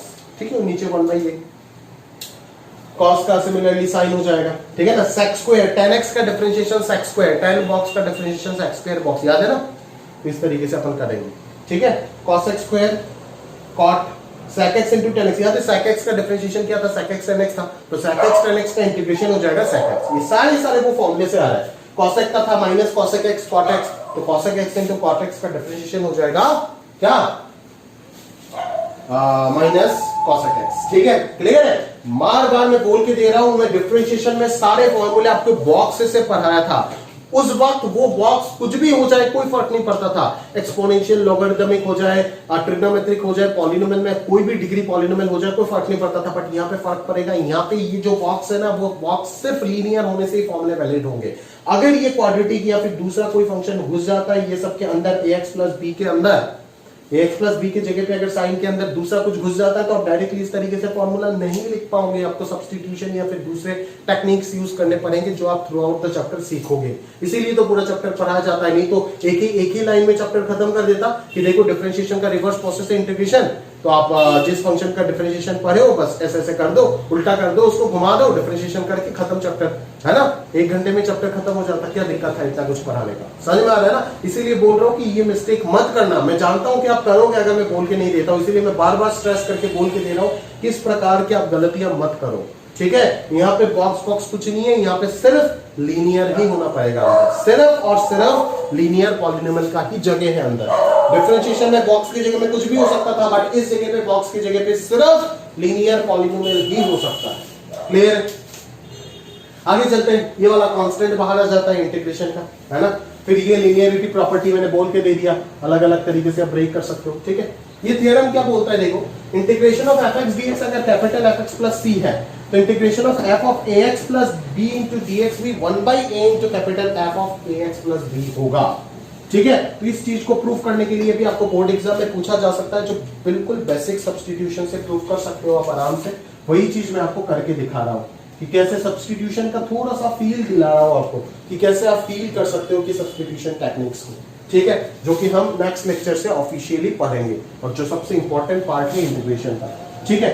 सबसे पहले आप यहाँ पे क्या करो, आपको fx का इंटीग्रेशन पता है तो यहाँ पे आप fx जनरेट करने का कोशिश करो। यहाँ पे fx तो है नहीं, ax प्लस b है, तो उस ax प्लस b को आप सब्स्टिट्यूट कर दो किसी दूसरे वेरिएबल के फॉर्मेट में, that is ax plus b को आपने क्या मान लिया, t मान लिया। मतलब अभी आपका इंटीग्रेशन t के रिस्पेक्ट में चल गया, तो अगर t के रिस्पेक्ट में चला गया तो इस x को भी dx को भी dt के फॉर्मेट में लेके जाना होगा। dx को अगर dt के फॉर्मेट में लेके जाना है तो डिफरेंशिएट कर दो इस इक्वेशन को विद रिस्पेक्ट टू x, तो क्या आएगा, a इंटू एक्स का डिफरेंशिएशन 1 हो जाएगा, plus 0 is equal to t का differentiation with respect to x क्या हो जाएगा, dt बाई dx। तो यहां से dt का वैल्यू आ जाएगा a इंटू dx आ जाएगा। क्लियर है? तो इस इंटीग्रेशन को अपन क्या लिख सकते हैं, integration of f of ax plus b into dx, ठीक है, जो कि क्या आ जाएगा, integration of f of t, because ax plus b को मैं t मान चुका हूं, और dx को मैं क्या लिख सकता हूं, dx को मैं लिख सकता हूं dt डिवाइडेड बाई a। तो 1/a तो कांस्टेंट है, ये बाहर लेकर के आ जाओ, है ना, और ये हो जाएगा आपका f ऑफ t dt। समझ में आ रहा है मेरी बात? क्लियर है ना। तो अगर integration of fx dx capital fx plus c है, तो integration of f of t dt क्या हो जाएगा, capital f of t plus c हो जाएगा, ठीक है। और इसी चीज को मैं लिख सकता हूं ना, capital f of t by a plus c by a, और c बाई a को आप कोई भी नया एक कांस्टेंट दे दो, है ना, c बाई a को आप c डैश लिख सकते हो, या फिर c भी वापस लिख सकते हो, कोई फर्क नहीं पड़ता, ये सब कांस्टेंट बाई कांस्टेंट कांस्टेंट ये सब होता जाएगा। और फाइनली t को मैं क्या सब्स्टिट्यूट कर दिया, ax प्लस b सब्स्टिट्यूट कर दिया, ठीक है। तो इस तरीके से अपन जो है ये प्रॉपर्टी ऑलरेडी अगर मैं आपको पूछता तो आप बता देते अपने फीलिंग से, बट इसको अगर प्रूफ करने के लिए बोले तो इस तरीके से अपन प्रूफ कर सकते हैं। समझ में आ रहा है ना। Integration of f x d x अगर capital F x plus c है, तो इस एक्स के जगह पे दूसरा कोई वेरिएबल अगर रखते टी पी, तो capital F of P plus C वही आएगा जो अपन ने अभी यूज किया। बट अगर इस x की जगह पे ax प्लस b कोई जनरल लीनियर पॉलिनोमियल रखते हैं, तो उसका आंसर भी f of ax plus b आएगा, प्रोवाइडेड कि ये x का जो कोएफिशिएंट है वो नीचे आ जाएगा, ठीक है, जो हम यहाँ पे बार बार यूज करते आ रहे थे। क्लियर है, समझ में आ रहा है ना। तो ये हो गया आपका बेसिक एलिमेंट्री इंटीग्रल्स के फॉर्मूले, ठीक है, जो आपको सबसे पहले याद रखना होगा। और रिमेनिंग लेक्चर्स में आपको बहुत सारे फॉर्मूले मिलेगा, है ना, लगभग 4-5 लेक्चर होगा इंडेफिनिट इंटीग्रेशन का, और बहुत सारे आपको फॉर्मूले मिलेगा। बट प्रॉपर्ली आपको ध्यान से अगर समझना है तो ये बेसिक फॉर्मूले आपको याद रखना ही होगा, क्योंकि बाकी सारे फॉर्मूले को प्रूफ करने के चक्कर में हम ये सारे फॉर्मूले यूज करेंगे ही करेंगे, ठीक है। तो अभी चलते हैं ये बेसिक एलिमेंट्री इंटीग्रेशंस के ऊपर हम कुछ अच्छे प्रॉब्लम्स कर लेते हैं, और वो शीट को जिस फ्लो में बनाया गया है ना, उसी फ्लो में आप इंटीग्रेशन को पढ़ो तो क्लियर होगा पूरा। शीट को जिस फ्लो में पढ़ा, मतलब मैंने बनाया उसी फ्लो को मेंटेन करके मैं पढ़ा रहा हूं, समझ में आ रहा है ना। तो शीट आपके पास होना बहुत जरूरी है। शीट को जिस फॉर्मेट में आपको पढ़ाया जा रहा है उसी फॉर्मेट में आप पढ़ते जाओ, ठीक है, तो सब हमेशा फायदे पर हो, ठीक है ना। और बिल्कुल एकदम करेक्ट स्ट्रैटेजी के साथ बनाया गया है, उसी को फॉलो करो, इंटीग्रेशन में कभी कोई दिक्कत आएगा नहीं। वैसे तो हर चैप्टर में वही बोलता हूँ, ठीक है ना। तो यहां तक हो गया। अभी चलो कुछ प्रॉब्लम्स कर लेते हैं इस बेसिक एलिमेंट्री प्रॉब्लम्स के इंटीग्रेशन के ऊपर, तो हमारा टाइप 1 क्लियर हो जाएगा एलिमेंट्री इंटीग्रेशन। फिर हम नेक्स्ट लेक्चर में टाइप 2 से स्टार्ट करेंगे। क्लियर है, चलो। तो चलिए आपका शीट में पेज नंबर 3 में जो क्वेश्चंस है, फर्स्ट आपका टाइप 1 में जितने भी प्रॉब्लम्स है एलिमेंट्री इंटीग्रेशन के फॉर्मूले यूज करके, उनसे मैंने कुछ क्वेश्चन लिया है और वो क्वेश्चन आपको करके देने का प्रयास करता हूँ, और आप वो क्वेश्चन देख करके समझो, ठीक है ना। बेसिकली देखो, मैं जब इस चैप्टर में जब जो होमवर्क दे रहा हूँ उसी वक्त कर लेना। आज का ये लेक्चर 1 देखने के बाद पेज नंबर 3 तक सारे क्वेश्चन आपका हो जाना चाहिए शीट का, ये आपका रिस्पॉन्सिबिलिटी। अगर नहीं हो रहा है, देखो बाद में एक साथ ये चैप्टर को आप मत करो, बाद में एक साथ अगर होमवर्क करोगे तो प्रॉब्लम हो जाएगा, तब आप ये सब इंटीग्रेशन को जो बेसिक से अभी आपको ये जैसे ये इंटीग्रेशन dx बाई क्वाड्रेटिक बाद में स्टैंडर्ड फॉर्मेट आपको पता चल जाएगा, उससे आप कर दोगे। बट अभी मैं चाहता हूं एक बार बेसिक डेवलपमेंट आपका हो, बेसिक थॉट प्रोसेस डेवलप हो, ताकि आप ये सब बड़े बड़े इंटीग्रेशन को 2 लाइन में ही खुद से ही सोच करके निकाल दो। ठीक है, तो वो थॉट मैं डेवलप करना चाहता हूँ, इसीलिए मैं बोल रहा हूँ कि ये लेक्चर कंप्लीट करने के बाद ही पेज नंबर 3 तक आप कंप्लीट कर लेना होमवर्क सारे। ठीक है, तो आपका समय भी बचेगा और एक साथ आपका प्रैक्टिस भी हो जाएगा। ठीक है ना, क्योंकि बाद में आप पूरा टॉपिक पढ़ने के बाद अगर करते हो ये सब, तो आप बाद में ये सब आप दूसरे टेक्निक से यूज करके जो आपका स्टैंडर्ड फॉर्मेट होगा उसी में आप डाल के फॉर्मूले से कर दोगे, जो कि सही नहीं है। ठीक है ना, अगर बेसिक्स आपको थोड़ा सा बिल्ड हो जाए फिर आप फॉर्मूला यूज करो, वो ठीक है मेरे ख्याल से। ठीक है, तो चलो शुरू करते हैं पहले प्रॉब्लम के साथ। देखो यहाँ पे क्या बोल रहा है, integration e raise to power minus log of something. तो जो भी है अभी तक आपका दिमाग में एक ही चीज चलेगा कि सर कोई भी इंटीग्रेशन आप मेरे को दो, अभी मेरा काम है कि मुझे जो फॉर्मूले पता है उस फॉर्मूले में इसको कन्वर्ट कर दो, अदरवाइज मैं कैसे आंसर निकालूंगा, और तो मुझे कुछ पता ही नहीं है। तो उस फॉर्मूले में कन्वर्ट करने के लिए पहले तो इंटीग्रेशन को सिंप्लीफाई करना होगा ऑब्वियसली। तो सिंप्लीफाई कैसे करोगे, ये माइनस को ऊपर लेकर के जाओ, तो ये कुछ इस तरीके से आपको दिख रहा है। ठीक है ना, 2x plus 3 whole to the power minus 2 ऐसे दिख रहा होगा आपको। ठीक है, तो ये चीज क्या हो जाएगा, ई लॉग का प्रॉपर्टी लगने के बाद ये चीज ऐसे बन जाएगा ना, या फिर डायरेक्टली इसको ऐसे भी लिख सकते हो, 2x plus 3 whole to the power minus 2 dx। ठीक है, तो अभी ये तो पहला फॉर्मूला ही गिर रहा है, ax plus b whole to the power n, जहाँ पे अंदर वाला लीनियर है तभी ये फॉर्मूला अप्लाई कर रहा हूँ। अगर यहाँ पे क्वाड्रेटिक होता तो ये फॉर्मूला मैं अप्लाई नहीं कर पाता। ठीक है ना, अंदर का बात कर रहा हूँ, अंदर अगर क्वाड्रेटिक होता तो इसका आंसर क्या हो जाएगा आपका, 2x plus 3 whole to the power n plus 1 divided by n plus 1, और बाहर 1 बाई a, इसका डेरिवेटिव नीचे आ जाएगा, दैट इज a कितना है, 2 है, तो 2 बाहर आ जाएगा। और जब सारे इंटीग्रेशन सिंबल हट जाएगा तब आप लगा देना क्या, प्लस c। ठीक है, तो ये आ जाएगा आपका minus 1 divided by 2 into 2x plus 3 plus c। अभी आप इसको डिफरेंशिएशन करो, देखो आपको ये चीज मिलेगा। ठीक है, बेसिकली ये चीज मतलब ये चीज मिलेगा। ठीक है ना, क्लियर है, यही प्रोसेस होता है जो आप इंटीग्रेशन सॉल्व करोगे किसी भी फंक्शन का। ठीक है, पहले इसको सिंप्लीफाई करो, देखो स्टैंडर्ड फॉर्मेट से होता है या नहीं। अगर नहीं होता है तो जो नहीं होगा वो हम टेक्निक्स, अलग अलग प्रकार के टेक्निक्स सीखने वाले हैं अपकमिंग लेक्चर्स में। ठीक है, तो ये हो गया आपका पहला क्वेश्चन का आंसर। आगे बढ़ते हैं, अगले क्वेश्चन की ओर चलते हैं। देखो क्वेश्चन नंबर 2 क्या बोल रहा है, क्वेश्चन नंबर 2 बोल रहा है इंटीग्रेशन के अंदर दे दिया, पहले तो सिंप्लीफाई करना पड़ेगा, सिंप्लीफिकेशन का खेल तो होगा ही होगा, एज ये बेसिक इंटीग्रेशन है तो यहाँ पे तो सिंप्लीफाई करके क्वेश्चन को टफ बनाया जाएगा ना। तो डेफिनेटली आप देखो ये चीज क्या होगा, अंदर हो जाएगा, स्क्वायर रूट के अंदर ये क्या आ जाएगा, x square plus 1 upon x square का होल स्क्वायर। ठीक है ना, डिवाइडेड बाई एक्स क्यूब है। ठीक है, ये dx है, क्लियर है भाई। चल, तो अभी अपन क्या बोलेंगे, यहाँ पे मॉड्यूलस आएगा ना, बाहर आएगा नहीं आएगा मॉड्यूलस, बहुत मास्टर मैंने देखा है बोलने से कि इनडेफिनिट इंटीग्रेशन में मॉड्यूलस वगैरह में ध्यान मत देना, बट मैं बोलूंगा ध्यान दो। X square plus 1 by x square हमेशा पॉजिटिव है, 2 से बड़ा है, इनफैक्ट आप जानते हो, तो इसमें मॉड्यूलस लगाना ना लगाना कोई दिक्कत वाली बात नहीं है, इसका आंसर वही हो जाएगा। ठीक है, क्लियर है, x square by x cube क्या आ जाएगा, 1 अपॉन एक्स, डिवाइड कर दो ना, अभी इसको एक्स क्यूब से डिवाइड कर दो तो 1 बाई एक्स dx आ जाएगा। पहला क्वेश्चन है तो मैं ब्रेक कर करके देख रहा हूँ, और 1 बाई एक्स स्क्वायर के नीचे एक्स क्यूब आएगा तो 1 by x to the power 5 dx आ जाएगा। इसको मैं 2 पार्ट में ब्रेक कर सकता हूँ, एक तो 1 बाई एक्स dx हो जाएगा और दूसरा हो जाएगा 1 by x to the power 5 dx। तो ये 1 अपॉन एक्स dx का इंटीग्रेशन हो जाएगा ln mod x भूलना मत, और इसका इंटीग्रेशन हो जाएगा क्योंकि 1 बाई एक्स को n का वैल्यू -1, पहला फॉर्मूला नहीं दूसरा फॉर्मूला चलेगा, और x टू दी पावर -5 का हो जाएगा -5 प्लस 1 डिवाइडेड बाई -5 प्लस 1, और सारे इंटीग्रेशन खत्म हो गया तो मैंने प्लस भी लगा दिया।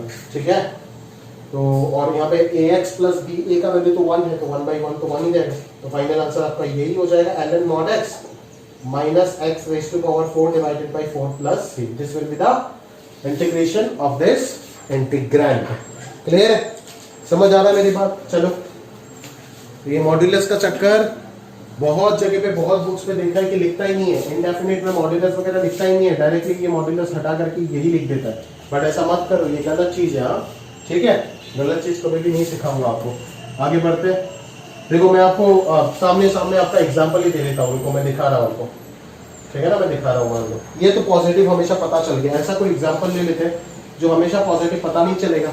जैसे मान लो under root of 1 plus sine 2x मैंने ले लिया, under root of 1 plus sine 2x मैंने ले लिया, मान लो under root of 1 plus sine twice X dx मैंने कंसीडर कर ली मान लो, ठीक है।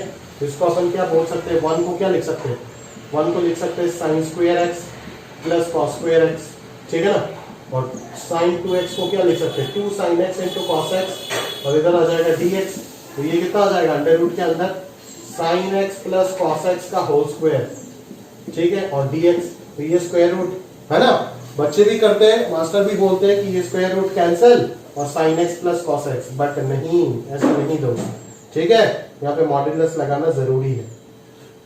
अभी मान ले अगर मैं इसको पॉजिटिव लेकर के करता, मान लो पॉजिटिव लेकर के करता तो आंसर क्या आता, कॉस का इंटीग्रेशन साइन और साइन का इंटीग्रेशन माइनस कॉस, तो आंसर आ जाता cos x minus sine x, ठीक है। और अगर मैं sine x plus cos x negative होता, मतलब इसका आंसर बहुत लोग ऐसे देते हैं, बहुत लोग ऐसे देते हैं कि इसका आंसर हो जाएगा आपका cos x minus sine x, जो अभी हमने लिखा वो कब होगा, if your input is positive, that is sine x plus cos x अगर पॉजिटिव होता है तो ये आएगा आंसर, और इसी के बाहर में एक नेगेटिव लग जाएगा अगर अंदर वाला क्या हो जाता है, अगर अंदर वाला नेगेटिव हो जाता है, ठीक है। तो मैं इस तरीके से ना लिख करके मैं डायरेक्टली बोलता हूँ, अरे भाई इतना अगर दिमाग लगा सकता है तो और थोड़ा दिमाग लगा देना, क्या दिक्कत है, समझ में आ रहा है ना, और थोड़ा दिमाग लगा दे, एग्जामिनर देख करके तो घबरा जाएगा, बट आपको घबराना नहीं, सही चीज लिखने में आपको डरना नहीं है। इसको मैं ऐसे ही लिख सकता हूँ ना डायरेक्टली, सिंपल सा चीज है, when this becomes positive, signum के अंदर वाला अगर पॉजिटिव होता है तो सिग्नम का आंसर 1 हो जाएगा, ठीक है। तो आंसर वही चीज है जो ये डिफाइन करके लिखा गया है, उसी को ही तो मैंने एक लाइन में लिख दिया ना इस तरीके से, ठीक है। तो ये सीखने में क्या दिक्कत है, समझ में आ रहा है ना, ठीक है। तो आप बिल्कुल प्रॉपर्ली सही सही चीजों को ही करोगे, चाहे एग्जामिनर कुछ भी करे आपके साथ कोई फर्क नहीं पड़ता है, ठीक है। और अगर ऐसे प्रिसाइसली लिखोगे तो कभी भी कोई अच्छा एग्जामिनर आपको नंबर नहीं काटेगा, काटने का हिम्मत ही नहीं करेगा, उसका नौकरी जाएगा, चलो गलत चलो चलो कर काट के रखेगा, ठीक है। तो ये आप समझ जाना कि cos x minus sine x तभी होगा बिकॉज इस चीज का दो पॉसिबिलिटी है, या तो sin x plus cos x होगा या तो minus of sin x plus cos x होगा। अगर sin x plus cos x होता है वो कब होगा, जब sin x plus cos x positive है, और minus of sin x plus cos x कब होगा, जब ये नेगेटिव है। और इंटीग्रेशन करने के बाद ये आएगा, नहीं तो ये आएगा, डिपेंडिंग अपॉन द कंडीशन। तो उन्हीं दोनों को मैंने मर्ज करके एक साथ ये चीज लिखा। सिग्नम फंक्शन किस दिन के लिए पढ़े, आज के लिए तो पढ़े हो ना, कितना सुंदर तरीके से आप यूज कर रहे हो सिग्नम का, समझ में आ रहा है, क्लियर है। तो वो सारे टेक्निक्स जो है ना, बहुत सारे टेक्निक्स सिखाऊंगा ये चैप्टर में, वो सीखते जा मेरे साथ साथ, ठीक है। फिर देख क्या होता है, ठीक है, क्लियर। तो चलो आगे बढ़ते आगे बढ़ते आगे बढ़ते next question, x square plus 1 upon x plus 1, है ना। बेसिक जितना चीज आपको पता है उसी के ऊपर स्टिक करके सोचने का प्रयास करो कि कैसे हम कर सकते हैं, कैसे डील कर सकते हैं। X square plus 1 divided by x plus 1, अभी हमें f x by g x, ऐसा कोई इंटीग्रेशन तो मैंने आपको पढ़ाया नहीं, ठीक है ना, या फिर एफ एक्स इंटू जी एक्स डी एक्स, ऐसा भी कुछ पढ़ाया नहीं, प्रोडक्ट रूल या फिर क्वेश्चन रूल के लिए। तो अपन करेंगे क्या यहाँ पे, ठीक है। तो अपन बेसिकली ये सोचेंगे कि साला ये कैसे भी करके ये न्यूमरेटर अगर कैसे, ऊपर अगर सिर्फ 1 बाई एक्स प्लस 1 होता तब तो directly formula number 2 dx by ax plus b काम हो जाता, बट एज यहाँ पे सिर्फ ये नहीं है तो यहाँ पे हमें ध्यान देना पड़ेगा, समझ आ रहा है ना मेरे पास, क्लियर है। क्या ध्यान देना पड़ेगा, जरा ध्यान से देखो कि अपने को ना ये एक्स स्क्वायर प्लस 1 और एक्स प्लस 1 कुछ ना कुछ करना पड़ेगा।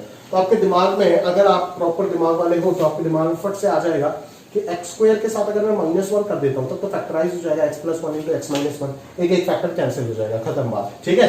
तो ये एक्स स्क्वायर के साथ में जबरदस्ती -1 लगा रहा हूं और उसी को एडजस्ट करने के लिए एक और 1 लगा रहा हूं जो कि इसको 2 बना रहा है। तो इससे फायदा क्या होगा, इससे फायदा क्या होगा सर बोले, देखते सर इससे क्या फायदा होगा, ठीक है। एक तो फंक्शन जनरेट हो गया ये वाला, और एक तो जनरेट हो जाएगा देखो 2 into d x divided by x plus 1। अभी ये भी इंटीग्रेट हो जाएगा आराम से, ये भी इंटीग्रेट हो जाएगा आराम से। बोलो सर कैसे इंटीग्रेट होगा, एक्स प्लस 1 तो कैंसिल करना ही होगा। और अभी आपको टेंशन लेने का जरूरत नहीं, फंक्शन का डोमेन वगैरह है ना, x नॉट इक्वल टू -1, ये आपको मान के चलना है, ऑलरेडी लिख के नहीं देना हमेशा, ठीक है।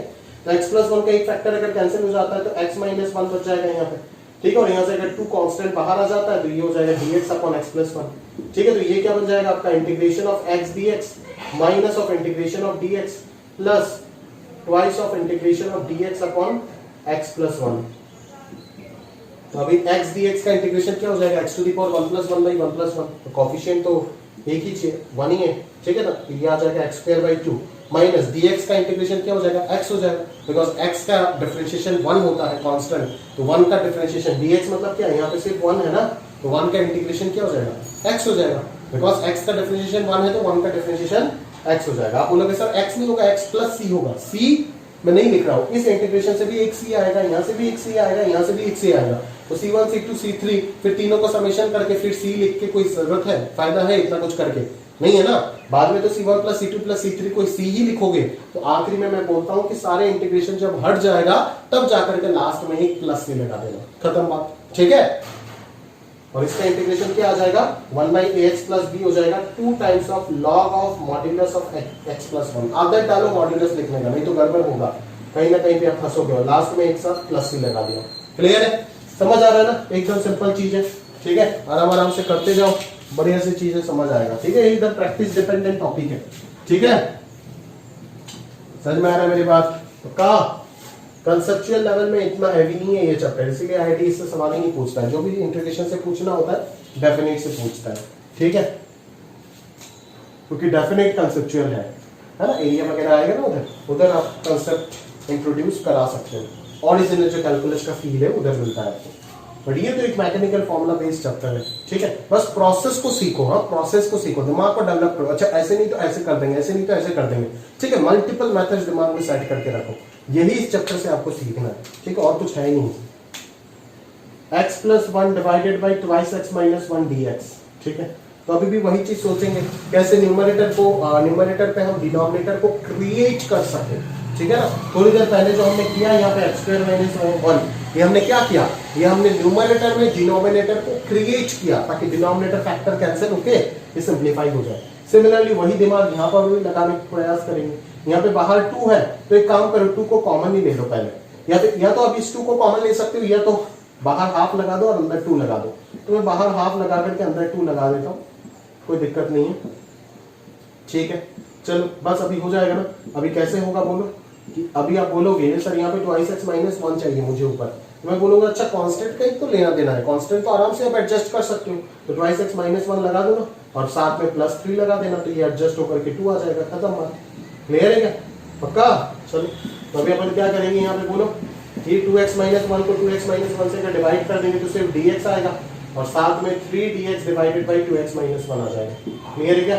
तो ये हाफ इंटीग्रेशन ऑफ dx हो जाएगा x प्लस 3 बाहर आ गया, ठीक है ना, और dx by integration 2x minus 1 का इंटीग्रेशन क्या हो जाएगा, सेकंड वाला formula ln mod 2x minus 1, ठीक है, और बाहर अभी 2x का कोएफिशिएंट 1 नहीं है 2 है, तो नीचे एक 1/2 आ जाएगा एक्स्ट्रा, ठीक है, और बाद में सारे इंटीग्रेशन से हट गया तो एक प्लस c लगा दो, खत्म बात, क्लियर है, समझ आ रहा है ना, एकदम रद्दी, ठीक है, सिंपल सा चीज है, ज्यादा दिक्कत वाली बात है ही नहीं है सब में, ठीक है, आराम से करते जाओ सवाल बनता जाएगा, ठीक है। चलो नोट कर लेना पॉज कर करके, ठीक है, चलो आगे देखते हैं। इंटीग्रेशन दो, इंटीग्रेशन बोलते ही पेन का इनकी खत्म हो गया। Integration of twice x plus 3 dx divided by x square plus 3x minus 10, ठीक है, ऊपर आ जाएगा twice x plus 3 divided by x square plus 3x minus 10 क्या हो जाएगा, x plus 5 into x minus 2, factorise करके देख लो वही आएगा, क्लियर। चलो अभी किस तरीके से हम डील करेंगे, ठीक है ना, देखो ये क्वेश्चन अगर मैं लीनियर बाई क्वाड्रेटिक, बाद में ऑफिशियली ये सब क्वेश्चन आपको मिल जाएगा, ठीक है, क्योंकि अभी जो टेक्निक सिखाऊंगा उससे सारे क्वेश्चन आप नहीं कर सकते हो उसी प्रोफाइल का, है ना। अभी मैं कोई भी गंदा सा अगर प्लेटफॉर्म में अगर दे देता हूं तो शायद आप नहीं कर पाओगे, ठीक है ना, आपको डिफिकल्ट हो जाएगा, ठीक है, बट ये क्वेश्चन कर पाओगे क्योंकि इसमें वो चीज लग रहा है, क्या कौन सा चीज लग रहा है जरा सिखाता हूँ, ये सब बहुत काम का चीज है, बहुत हेल्प करता है, ठीक है ना। ये देखो डिनोमिनेटर में दोनों फैक्टर का समेशन न्यूमरेटर में बैठा हुआ है, ठीक है, तो हम न्यूमरेटर को एडजस्ट करेंगे उस हिसाब से, इन दोनों का समेशन में एक्सप्रेस कर देंगे न्यूमरेटर को, खत्म बात, ठीक है। बट मान लो अगर इन दोनों का समेशन न्यूमरेटर में नहीं होता तो क्या करते, तब लफड़ा हो जाता, ठीक है, तब आपको दूसरा कुछ यूज करना पड़ता जो ऑफिशियल टॉपिक में आएगा, लेक्चर 2-3 में ये सब मिलेगा आपको, ठीक है, क्लियर है। चलो जो सिखाने का प्रयास कर रहा हूं पहले बेसिक, सिंप्लीफिकेशन सिखाने का प्रयास कर रहा हूं जो कि इंपॉर्टेंट है। आप जानते हो कि कोई भी चीज फालतू नहीं पढ़ाता हूं, ठीक है, जो भी पढ़ाता हूं कोई ना कोई एम रहता है। x+5 कैंसिल हो जाएगा, यहाँ पे आ जाएगा dx/x-2 और आगे आ जाएगा dx/x+5, ठीक है। तो यहाँ पे आंसर क्या आ जाएगा, ln modulus of x-2, coefficient तो 1 ही है, और यहाँ पे आ जाएगा ln modulus of x+5 plus c, है ना। बहुत जगह पे देखोगे कि c को c ना लिख करके ln c लिख देगा, ठीक है। बहुत जगह पे ये c को c ना लिख करके ln c लिख देगा ताकि चीजों को सिंप्लीफाई करके लिख सके, ठीक है ना। फायदा क्या होगा कि ये पूरा पूरा क्या हो गया, log m plus log n plus log p, ये क्या हो जाएगा, प्रोडक्ट में आ जाएगा सबके साथ, तो ये हो जाएगा आपका c इंटू मॉड्यूलस x² - 25, ऐसे लिख सकते हैं, ठीक है ना। क्लियर है। तो c लिखना और ln c लिखना कोई डिफरेंस नहीं है, because c is your arbitrary constant. Clear है मेरी बात। तो ध्यान से ये सारी चीज समझना अच्छे से, हाँ, ये सबका रोल है, बहुत इंपॉर्टेंट है ये सब, ठीक है। क्लियर है। चलो आगे बढ़ते, चलो आगे बढ़ते। ये जो न्यूमरेटर में जो कैलकुलेशन होता है ना, हम डिनोमिनेटर को न्यूमरेटर में क्रिएट कर देते हैं, ये एक बहुत बड़ा कला है, इंटीग्रेशन वाले चैप्टर में बहुत हेल्प करता है ये सब, ठीक है। न्यूमरेटर में डिनोमिनेटर को क्रिएट करने का जो कला है वो आप सभी के अंदर होना चाहिए, इसीलिए मैं आपको इस तरीके से प्रॉब्लम्स को करा रहा हूँ इनिशियली, ठीक है। आगे देखो ये प्रॉब्लम में मैं सॉल्व कर दूंगा इसी तरीके से, है ना, वही कला मैं आपको सिखाने वाला हूँ दोबारा, बट इस बार तो समेशन में डिफरेंस से सीखूंगा। देखो 2x² - 3x + 1, क्वेश्चन वगैरह नहीं लिख रहा हूँ, फैक्टराइज अगर करूंगा तो क्या हो जाएगा, लगभग लगभग मान लो -2x - x हो जाएगा, नहीं x - 1 एक फैक्टर आएगा और दूसरा हो जाएगा मान लो 2x - 1, शायद, बिल्कुल शायद क्या, बिल्कुल वही आएगा, ठीक है। अभी देखो इन दोनों का डिफरेंस क्या है, देखो x है, क्या आपका x ऊपर है, बिल्कुल नहीं है। क्या x ऊपर है, बिल्कुल नहीं है। अगर x ऊपर होता तो डायरेक्टली इस x को अगले लाइन पे 2x - 1 - x - 1 से रिप्लेस कर देता, बट एज x ऊपर यहाँ पे नहीं है तो हमें क्या करना पड़ेगा, ऊपर हमें कांस्टेंट लाना पड़ेगा। तो अगर कांस्टेंट लाना है तो 2x ऐड अगर करेंगे तब तो 3x हो जाएगा, कोई फायदा होगा ही नहीं। तो डिफरेंस करेंगे तभी x कैंसिल हो सकता है, ठीक है ना। तो उसके लिए यहाँ पे भी 2x होना पड़ेगा, तो यहाँ पे अगर 2x होना पड़ेगा तो पहले 2 से मल्टीप्लाई करना पड़ेगा, समझ में आ रहा है ना। तो देखो वही सारी चीज जो है ना वो अच्छे चीज हो जाते हैं जो डेवलप करना है। अभी जरा आप ध्यान से देखो तो अभी इन दोनों फैक्टर का डिफरेंस कितना दिख रहा है आपको, अभी इन दोनों फैक्टर का डिफरेंस आपको 1 दिख रहा है, तो ऊपर 1 है तो डायरेक्टली आप इसको एडजस्ट करो, कैसे लिखोगे, 2x - 1 माइनस ऑफ 2x - 2, बिल्कुल इसका आंसर 1 आएगा, और नीचे है 2x - 2 into 2x - 1 dx। Clear है, समझ में आ रहा है ना। अभी इसको पूरे वाले से डिवाइड कर दो तो ये कितना आ जाएगा, ये आ जाएगा आपका dx डिवाइडेड बाई 2x - 2, ठीक है, और माइनस एक और आ जाएगा dx डिवाइडेड बाई 2x - 1, सही है। तो ये हो जाएगा आपका ln मॉड्यूलस ऑफ 2x - 2, और बाहर आ जाएगा 1/2, माइनस यहाँ पे भी बाहर हाफ आएगा और इधर ln मॉड्यूलस ऑफ 2x - 1, और अगर लिखना है प्लस c लिखो, ये ln c लिखो, वो आपका मर्जी, हाफ कैंसिल हो जाएगा बाहर जा करके, और इधर log m - log n log m/n आ जाएगा, ठीक है, प्लस c रहे या फिर ln c अगर रहता है तो c को भी अंदर आ जाएगा, ठीक है ना। तो ये होता है वो कला, वो छोटे छोटे इंपॉर्टेंट फंडे जो हमें सीखना और डेवलप करना बड़ा इंपॉर्टेंट है। ये सब मेथड्स अगर आप अपने दिमाग में समझ जाते हो, समझ करके अप्लाई करना सीख जाते हो ना, तो पार्शियल फ्रैक्शन जो इंटीग्रेशन होता है ना उसका आधा पार्ट तो मैं ऐसे ऐसे ही उड़ा दूंगा। समझ में आ रहा है ना, फॉर्मूला याद करने का कोई जरूरत है ही नहीं। समझ में आ रहा है मेरी बात, क्लियर है। जरा ध्यान से ये सब सीखिएगा, बहुत काम का चीज है। IIT में आपको इतना समय नहीं लगेगा कि हर चीज को फॉर्मूले में डाल के करो, उधर जो जितना जल्दी करेगा वही गेनर होगा, याद रखिएगा। क्लियर है, समझ आ रहा है। तो चलो ये सवाल भी हो गया, आगे बढ़ते, अगले अगले अगले क्वेश्चन की ओर ध्यान देते चलो।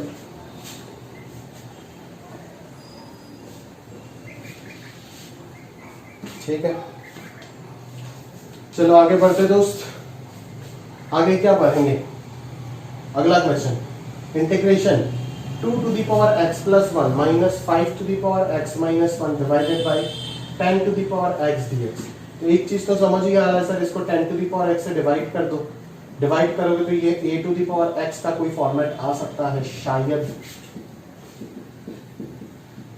तो 2 to the power x plus 1 indexes का लॉ से अगर इसको ब्रेक करें तो 2 बाहर आएगा ना, तो 2 अगर बाहर आता है तो 2 power x by 10 power x, ये क्या हो जाएगा 1/5 whole to the power x हो जाएगा, साथ में dx आएगा। Minus 5 to the power x by 10 to the power x, ये क्या हो जाएगा half to the power x आएगा into 5 to the power minus 1, 1/5 नीचे आ जाएगा ना, इंटू साथ में क्या आएगा dx आएगा। क्लियर है क्या मेरी बात? पक्का? कोई डाउट नहीं है ना? चलिए, तो बस इसी तरीके से चलता जाएगा भाई, ठीक है, इसी तरीके से चलता जाएगा। तो ये 2 बाहर आएगा। अभी ये 1/5 whole to the power x, a to the power x का integration a to the power x divided by log 1/5 base e into बाहर ax प्लस b का, यहाँ पे तो 1 ही आएगा क्योंकि x का कोफिशिएंट 1 ही है ना। फॉर्मूला आप देख लेना कौन सा नंबर फॉर्मूला, माइनस 1/5 तो बाहर आएगा और इधर आ जाएगा half to the power a to the power x का इंटीग्रेशन क्या होगा a to the power x divided by log a base e और बाहर 1 ही आएगा। क्लियर है? और साथ में प्लस से लगा दो, यही हो जाएगा आपका फाइनल इंटीग्रेशन। क्लियर है? समझ आ रहा है मेरी बात? बस सिंपल सा चीज है। आगे बढ़ते और समझते चीजों को, ठीक है? चल,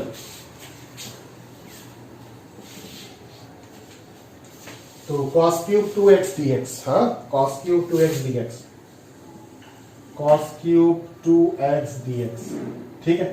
तो cos क्यूब का इंटीग्रेशन कैसे करें, है ना? ऐसा मत कर देना कि cos to the power 3 plus 1/3 plus 1 और बाहर 1/2 लगा दिए। ऐसे करोगे तो चप्पल मैं आपको दूंगा, ठीक है? दुनिया मेरे को देने से पहले मैं आपको दे दूंगा, ठीक है? तो cos क्यूब को पहले ट्रांसफॉर्म करो। आपको cos में किसका फॉर्मूला पता है? सिर्फ integration of cos x dx पता है, cos ऑफ लीनियर फंक्शन का इंटीग्रेशन पता है, तो उसमें कन्वर्ट करना पड़ेगा सबसे पहले। इसको कैसे कन्वर्ट करेंगे सर? हमें पता है ना कि cos 3x का फॉर्मूला क्या है। डिफरेंशिएशन में भी तो ऐसे ही करते थे ना, याद है आपको? cos 3x का फॉर्मूला क्या है? अगर आप समझते हो तो cos 3x का फॉर्मूला आप क्या लिखते हो? याद करो अच्छे से, जरा ध्यान से, कि आप लिखते थे cos 3x को 4 cos cube x minus 3 cos x, ठीक है? तो cos क्यूब x यहां से अपन निकाल सकते हैं आराम से। कितना आ जाएगा? cos 3x plus 3 cos x divided by 4। अभी अगर यहाँ पे cos, ये कैलकुलेशन बोर्ड एग्जाम में साइड पे आपको दिखाना पड़ेगा। x की जगह पे अगर 2x आ गया तो इधर भी 6x आ जाएगा, 6x इधर x की जगह पे 2x डिवाइडेड बाई 4 ये आ जाएगा, ठीक है ना? तो इसका इंटीग्रेशन करना और इसका इंटीग्रेशन करना बराबर है। एज मैं इसी का इंटीग्रेशन कर सकता हूँ बिकॉज ये cos फंक्शन में है, तो मैं इसको ट्रांसफॉर्म कर दूंगा उस चीज में।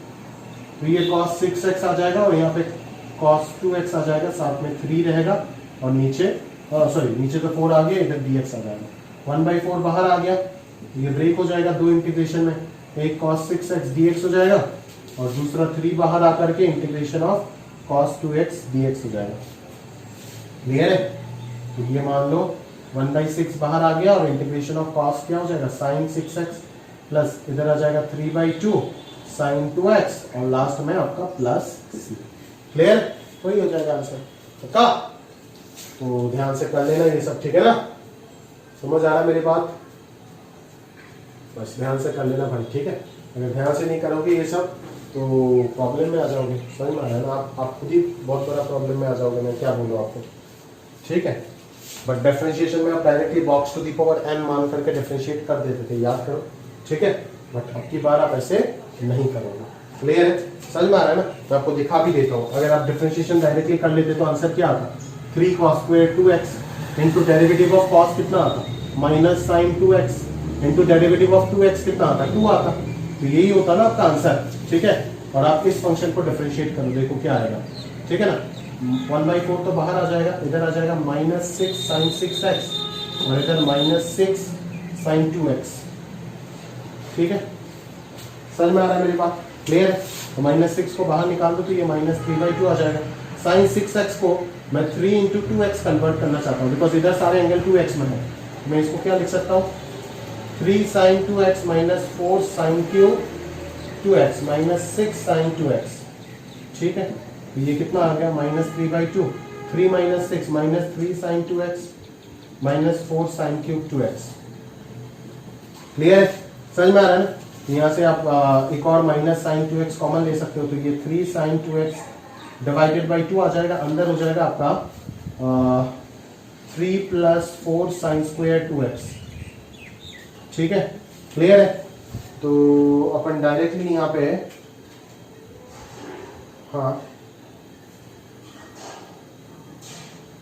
अपन डायरेक्टली यहाँ पे कन्वर्ट कर सकते हैं इसको, कन्वर्ट करके किस में डालें इसको, 3 - 4 ना, साइन स्क्वायर आ गया। हाँ तो उधर तो आपको चाहिए कॉस स्क्वायर चाहिए ना, कॉस स्क्वायर मैच नहीं हो रहा है, क्यों नहीं हो रहा है मैच, cos 3x, ओहो अच्छा हाँ हाँ नहीं सही तो है, cos क्यूब 2x तो यहाँ पे भी अपना यही था, 1/4 -6 sin 6x माइनस 3 है -6 sin 2x, सही है, -3/2 3 sin 2x -4 sin cube x, ठीक है, -6 sin 2x तो -3 sin 2x -4, सही है, बट इसके बाद सिंप्लीफाई क्यों नहीं हो रहा है ये, इसको अपन क्या लिख सकते हैं देखो, 3/2 sin x, मैच होगा क्या इसके साथ, मैच तो हो जाना चाहिए भाई, बट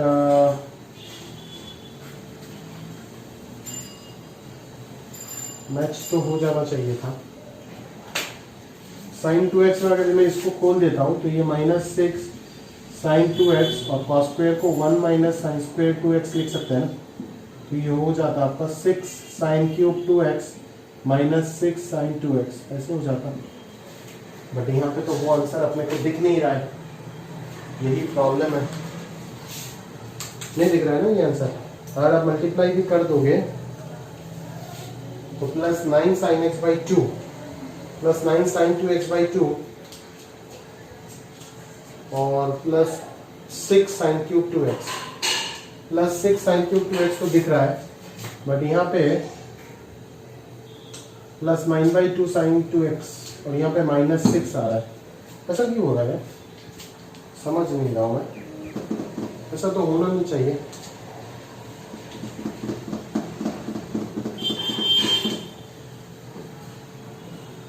अच्छा नहीं, -6 तो बाहर आ ही गया, तो 3 हाँ यहाँ पे प्लस होना चाहिए, हाँ हाँ ये तो मैंने सिले मिस्टेक किया, तो 3 + 6 ये 9 हो जाएगा, ठीक है, अगर 9 हो गया तब तो देखते हैं कितना आएगा,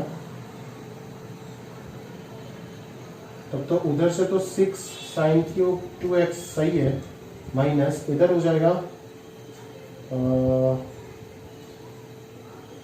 तो मसला हो गया, वापस गड़बड़ हो गई है, 27/2 sin 2x दिख रहा है ना, और यहाँ पे आ रहा है -6 sin 2x, ऐसा क्यों हो रहा है,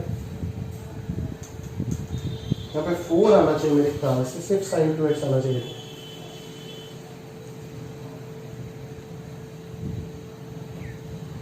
पता नहीं यार क्या लफड़ा हो गया, पता नहीं चल रहा है यार एग्जैक्टली, -6 तो बाहर ही आ गया यार, हाँ -6 बाहर आ गया, तो ये 6 कहाँ से रहेगा यार, मैं भी क्या कर रहा हूँ तो समझ नहीं आ रहा, तो ये 4 हो जाएगा, तो 4/2 2 × -6 sin 2x ही आएगा, ठीक है, तो वही चीज है, डिफरेंशिएशन में कोई फर्क नहीं पड़ता, क्योंकि डिफरेंशिएशन में हम box to the power n box को कुछ भी मान सकते हैं, बट इंटीग्रेशन में हम वो चीज नहीं कर सकते जो मैं आपको बार बार याद करा के दे रहा हूँ, आप इसमें गलती मत कीजिएगा, ठीक है ना। आप इंटीग्रेशन में बॉक्स का मतलब सिर्फ ax + b linear type of function चल सकता है, और कुछ नहीं चल सकता है, क्लियर है, समझ आ रहा है ना भाई, चलो आगे बढ़ते हैं, आगे बढ़ते हैं, cos स्क्वायर कुछ मत करो, कुछ करने का जरूरत नहीं है, देख करके घबराना मत कि इसको सिंप्लीफाई कैसे करेंगे ये वो, ठीक है, कुछ करने का जरूरत ही नहीं है, अब डायरेक्टली सिंप्लीफाई कर सकते हो। बोले सर कैसे, integration of cos square 2x + π/4 है ना, कुछ ब्रेक वगैरह करने का जरूरत नहीं है, डायरेक्टली स्प्लिट कर दो, ऐसे डायरेक्टली स्प्लिट कर दो।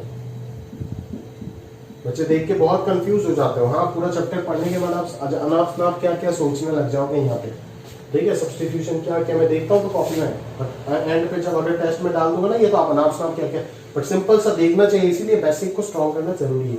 cos स्क्वायर को डायरेक्टली डबल एंगल में कन्वर्ट कर दो ना, सिंपल सा चीज है, ठीक है, ये हो जाएगा 1 + cos 2θ, तो 2θ जैसे ही करेंगे तो ये 4x + π हो जाएगा, ठीक है ना, डिवाइडेड बाई 2 dx, खत्म बात, और साइन स्क्वायर को भी डबल एंगल में कन्वर्ट कर दो तो 1 minus cos 2x plus pi by 2, ठीक है, और डिवाइडेड बाई 2 dx आ जाएगी, खत्म बात। क्लियर है?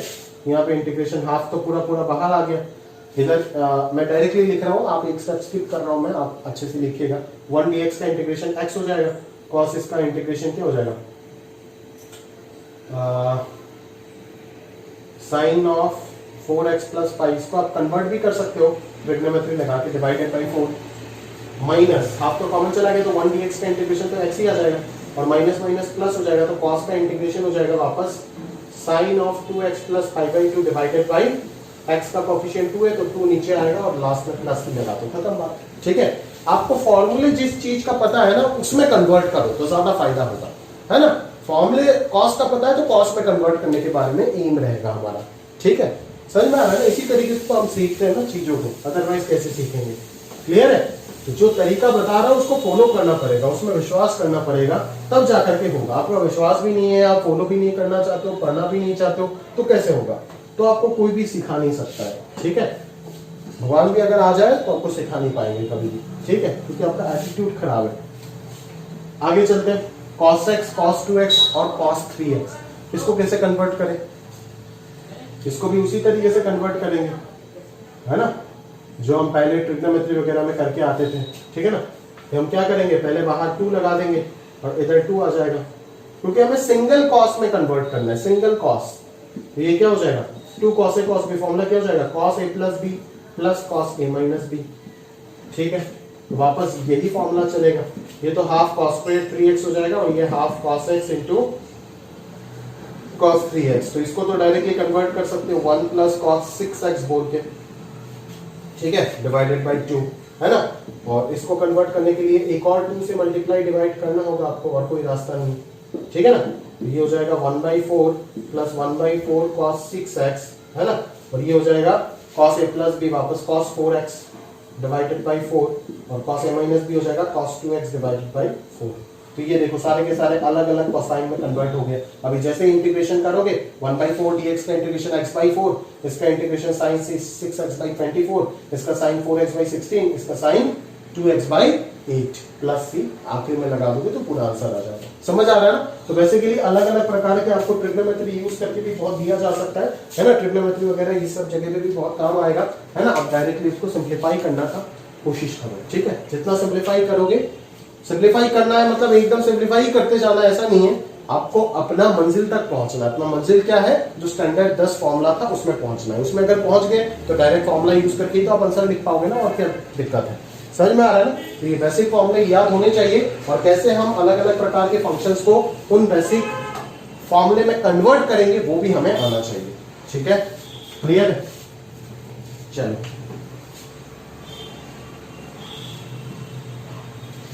अगला, ये तो मैंने बता दिया, ये क्वेश्चन, ये देख, ये एक अच्छा क्वेश्चन है रद्दी सवाल, बट तू फंसेगा। करके देख, चल मैं करूंगा नहीं सवाल, करके देख।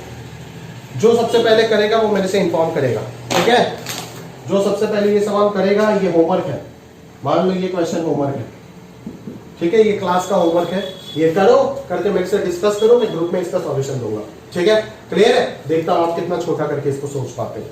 क्लियर है? क्या दिमाग लगाते हो पहले मैं वो देखना चाहता हूँ। ठीक है, समझ आ रहा है? आपका ट्रिगो कितना स्ट्रॉन्ग है, सिंप्लीफिकेशन कितना स्ट्रॉन्ग है, वो पता चल जाएगा इस क्वेश्चन के थ्रू। है कुछ भी नहीं सवाल में, है रद्दी सवाल, बट आप फंसोगे अनाप शनाप चीजें सोच के।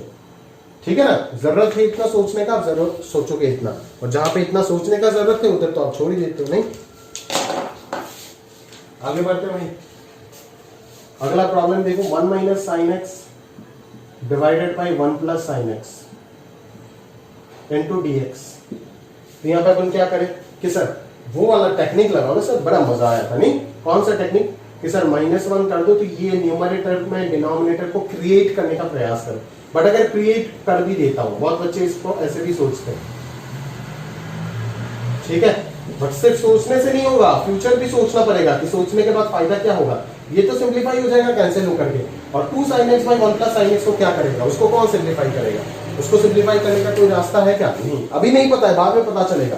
बट अभी के लिए तो हम क्या करें, फंस जाएंगे ना। इसीलिए डिनोमिनेटर को न्यूमरेटर में क्रिएट करके यहाँ पे हमें कोई फायदा होने वाला नहीं है। तो अपन क्या करेंगे, डायरेक्टली एक चीज है वो क्या है सिंपल सा मुफ्त का चीज जो सबको मिलता है। रैशनलाइज कर दो ना चीजों को, खत्म बात। रैशनलाइज कर दो, और क्या चाहिए, रैशनलाइज कर दो, आराम से सिंप्लीफाई हो जाएगा। ठीक है, ऊपर 1 प्लस साइन स्क्वायर एक्स आ जाएगा, -2 साइन एक्स आ जाएगा। ठीक है, और नीचे 1 माइनस साइन स्क्वायर एक्स जो कि बन जाएगा cos square x dx. Clear है? अभी डिवाइड कर दे, 1 divided by cos square will be sec square x dx, जिसका इंटीग्रेशन आपको पता है। Sine square by cos square tan square x dx, जिसका इंटीग्रेशन आपको नहीं पता है। और sin x by cos square x क्या हो जाएगा, ये sec x tan x हो जाएगा ना, जिसका इंटीग्रेशन अगेन आपको पता है। तो मुश्किल में आप आगे tan स्क्वायर को लेकर के मुश्किल में आने का कोई जरूरत नहीं है। तो tan square can be converted into sec square x। ठीक है, तो tan स्क्वायर को मैं क्या लिख सकता हूँ, sec स्क्वायर -1 लिख सकता हूँ, तो ये ट्वाइस हो जाएगा, twice of sec square x dx। आप अच्छे से करना लिख के, मैं थोड़ा जंप कर रहा हूँ, 2 sec स्क्वायर x dx है ना, और -1 dx आ जाएगा, बिकॉज इसको मैं sec स्क्वायर -1 जब लिखूंगा तो 1 dx भी एक और इंटीग्रेशन आएगा ना, सेपरेट होकर के, है ना, और लास्ट में आपका ये बच गया। क्लियर है? बस खत्म। अभी सारे के सारे नॉन इंटीग्रेशन है। इसका आंसर tan x है, इसका आंसर x है, इसका आंसर sec x है, प्लस सी लगा दो, खत्म बात। क्लियर है? समझ में आ रहा है? तो ये अप्रोच डेवलप करना बड़ा इंपॉर्टेंट है, और उसी के लिए आज का ये बेसिक लेक्चर है। ये बेसिक लेक्चर में आपको अप्रोच ही डेवलप करना है कि किस तरीके से बड़े बड़े जाइंट प्रॉब्लम्स को आप एकदम चुटकियों में उड़ा सकते हो। ठीक है, बाद में ये सब का स्पेशल टेक्निक तो आ ही जाएगा, वो तो मैं बता ही दूंगा।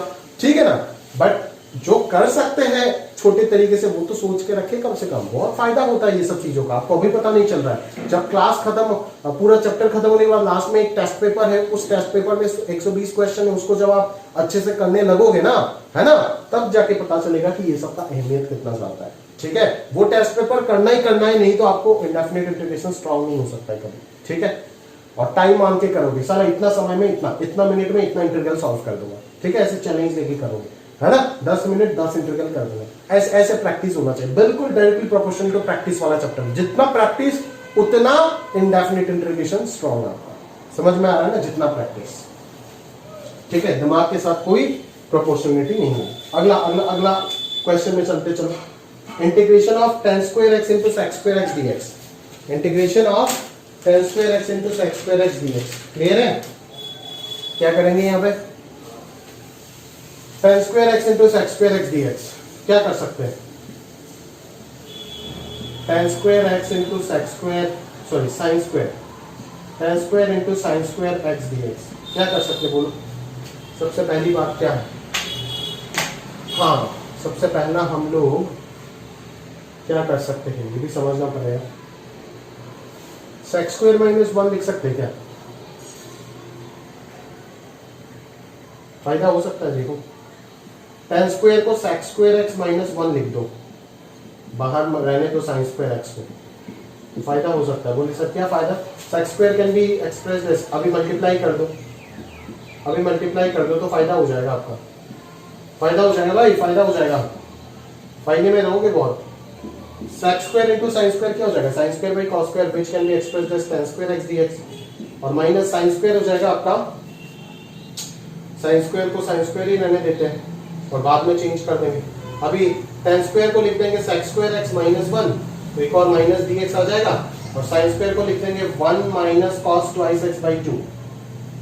ठीक है, अभी तो सारे के सारे नॉन इंटीग्रेशन हो गया ना, ये भी पता है, ये भी पता है, और इसको -12 dx और minus plus cos 2x dx कर दोगे तो आंसर आ जाएगा। तो sec स्क्वायर का आंसर हो जाएगा tan x माइनस x, इसका आंसर हो जाएगा माइनस x बाई 2, और प्लस cos 2x का हो जाएगा sin 2x बाई 2, और नीचे एक और 2 है, तो ये 4 प्लस c आ जाएगा, ये हो जाएगा आंसर। ठीक है, इन दोनों को हटा करके अपन 3x बाई 2 भी लिख सकते हैं। क्लियर है ना, समझ में आ रहा है? तो इस तरीके से डेवलप करना, आराम से थोड़ी देर सोचने से ही चीजें पता चल जाता है। क्लियर है, समझ में आ रहा है? आगे चलते हैं, अगला वाला थोड़ा सा डेंजरस प्रॉब्लम लग रहा है, देखते हैं दम कितना है इसमें। ठीक है, कब तक हमें परेशान कर सकता है देख लेते हैं, जब तक परेशान करना चाहेगा तब तक परेशान हो जाएंगे, क्या दिक्कत है। Integration of x square minus cot square x divided by x square plus 1 into sine square x, अच्छा dx मिस हो गया, कोई बात नहीं, चलो। तो अभी यहाँ पे क्या कर सकते, सोचो जरा। पहले तो मैं इसको ब्रेक कर देता हूं, x square sine square x divided by x square plus 1 minus cos square into sine square क्या हो जाएगा, cos square x divided by x square plus 1 dx। Clear? अच्छा, अभी डिनोमिनेटर को न्यूमरेटर में क्रिएट कर सकते हो आराम से, है ना, प्लस 1 माइनस 1 लगा दो और बाहर साइन स्क्वायर रहने दो।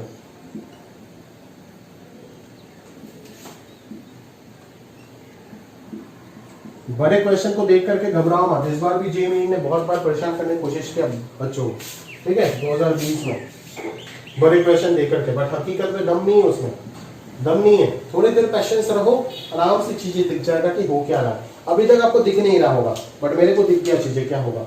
X square plus 1 by x square plus 1, 1 into sine square x, ये तो एक बचेगा साइन स्क्वायर एक्स dx रहेगा सिर्फ, माइनस जो सेकंड पार्ट आ रहा है उसको जरा गौर से देखो, ये तो सब कुछ उगल के रखी, सारे सच निकाल दिया, पुलिस के सामने सारे सच निकाल करके रखते हैं। बोले सर ये दोनों क्या है, अभी इन दोनों को वापस जोड़ दो ना तो sine square plus cos square खत्म हो जाएगा, कोई दिक्कत वाली बात है ही नहीं।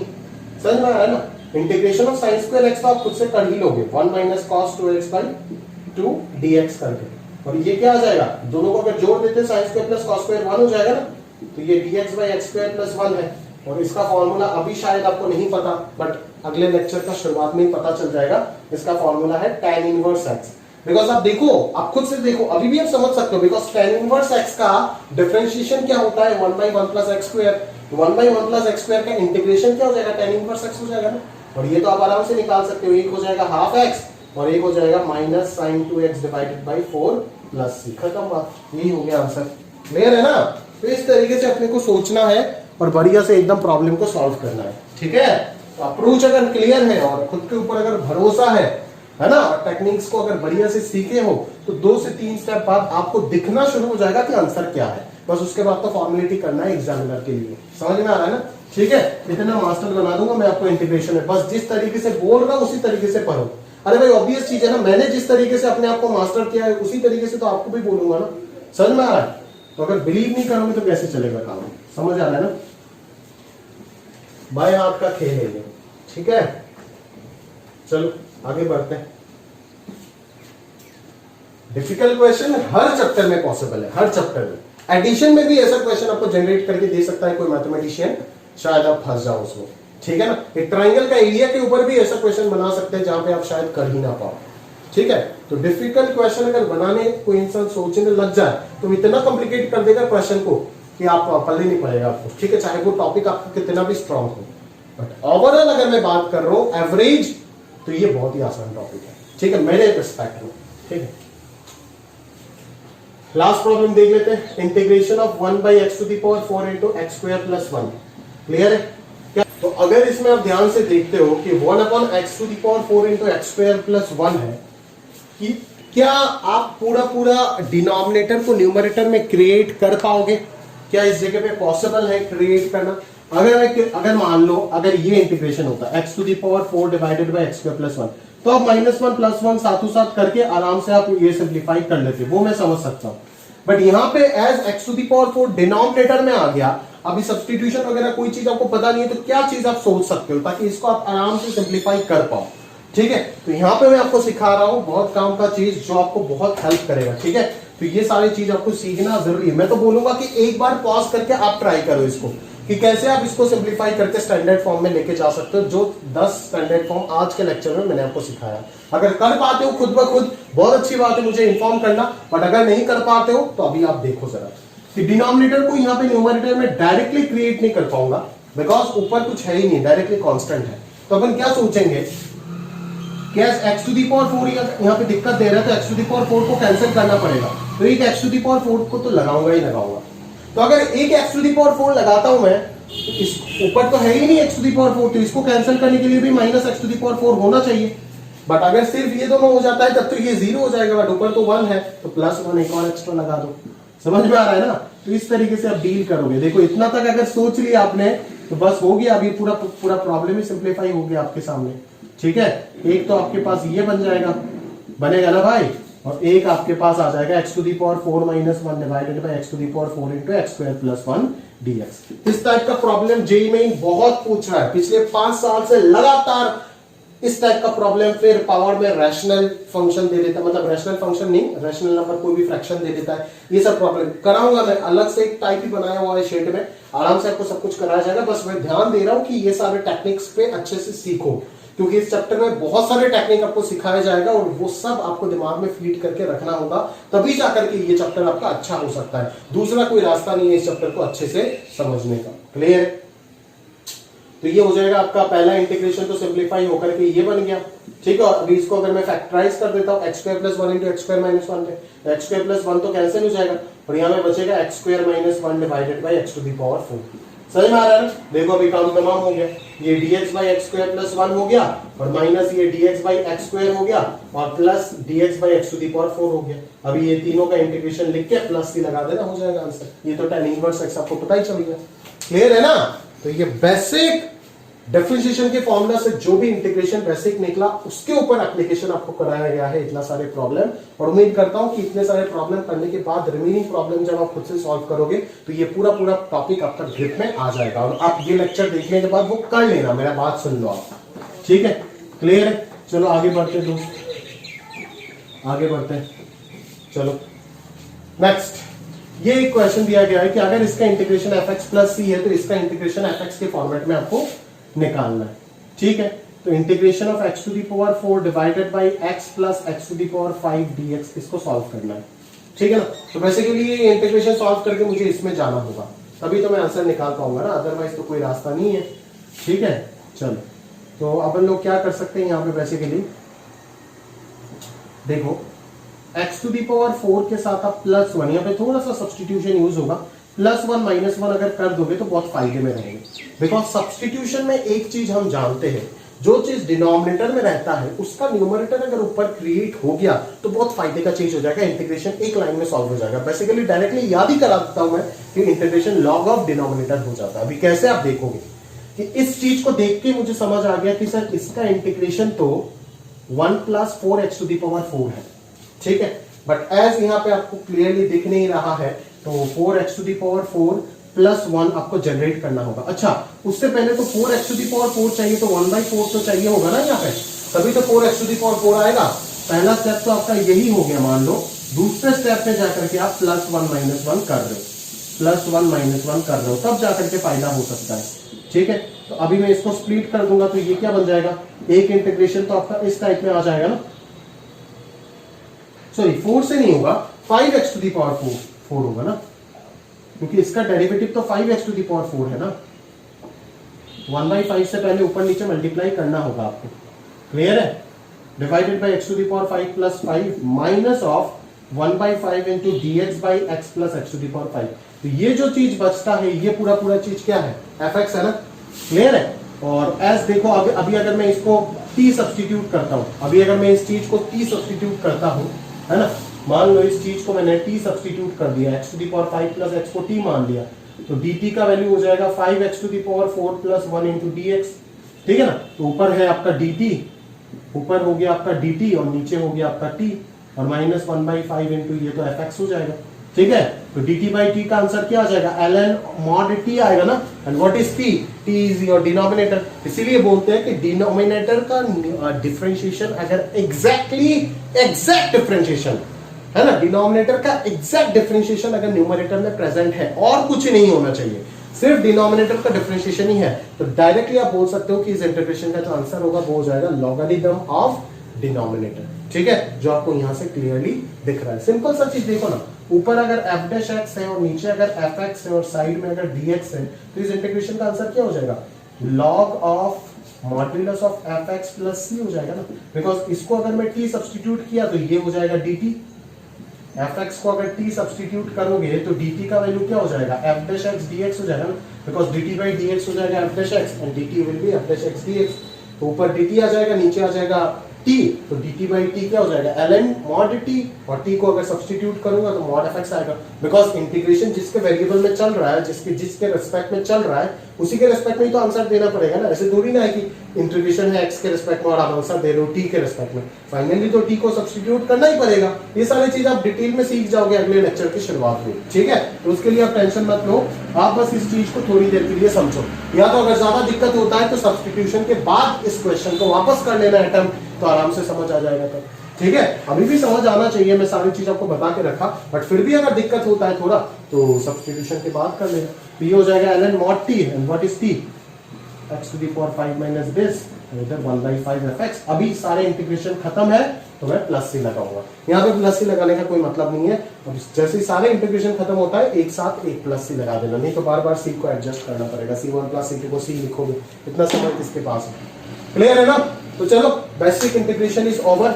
ये लेक्चर खत्म करने के बाद आप पेज नंबर 3 तक सारे क्वेश्चन कंप्लीट कर लेना, और फिर हम अगले लेक्चर में मिलेंगे लेक्चर नंबर 2 पे, जो इंडेफिनिट इंटीग्रेशन का सबसे इंपॉर्टेंट सेगमेंट है, integration by using substitution technique, ठीक है। तो उसमें आप सीखेंगे। तो आज के लिए यहीं तक समाप्त करते, जो भी डाउट्स वगैरह मेरे को कॉल करके साथों साथ पूछ लीजिएगा, और देखते हैं अगले लेक्चर में सब्स्टिट्यूशन, ठीक है। तो आज के लिए यहां तक रखते हैं, अलविदा।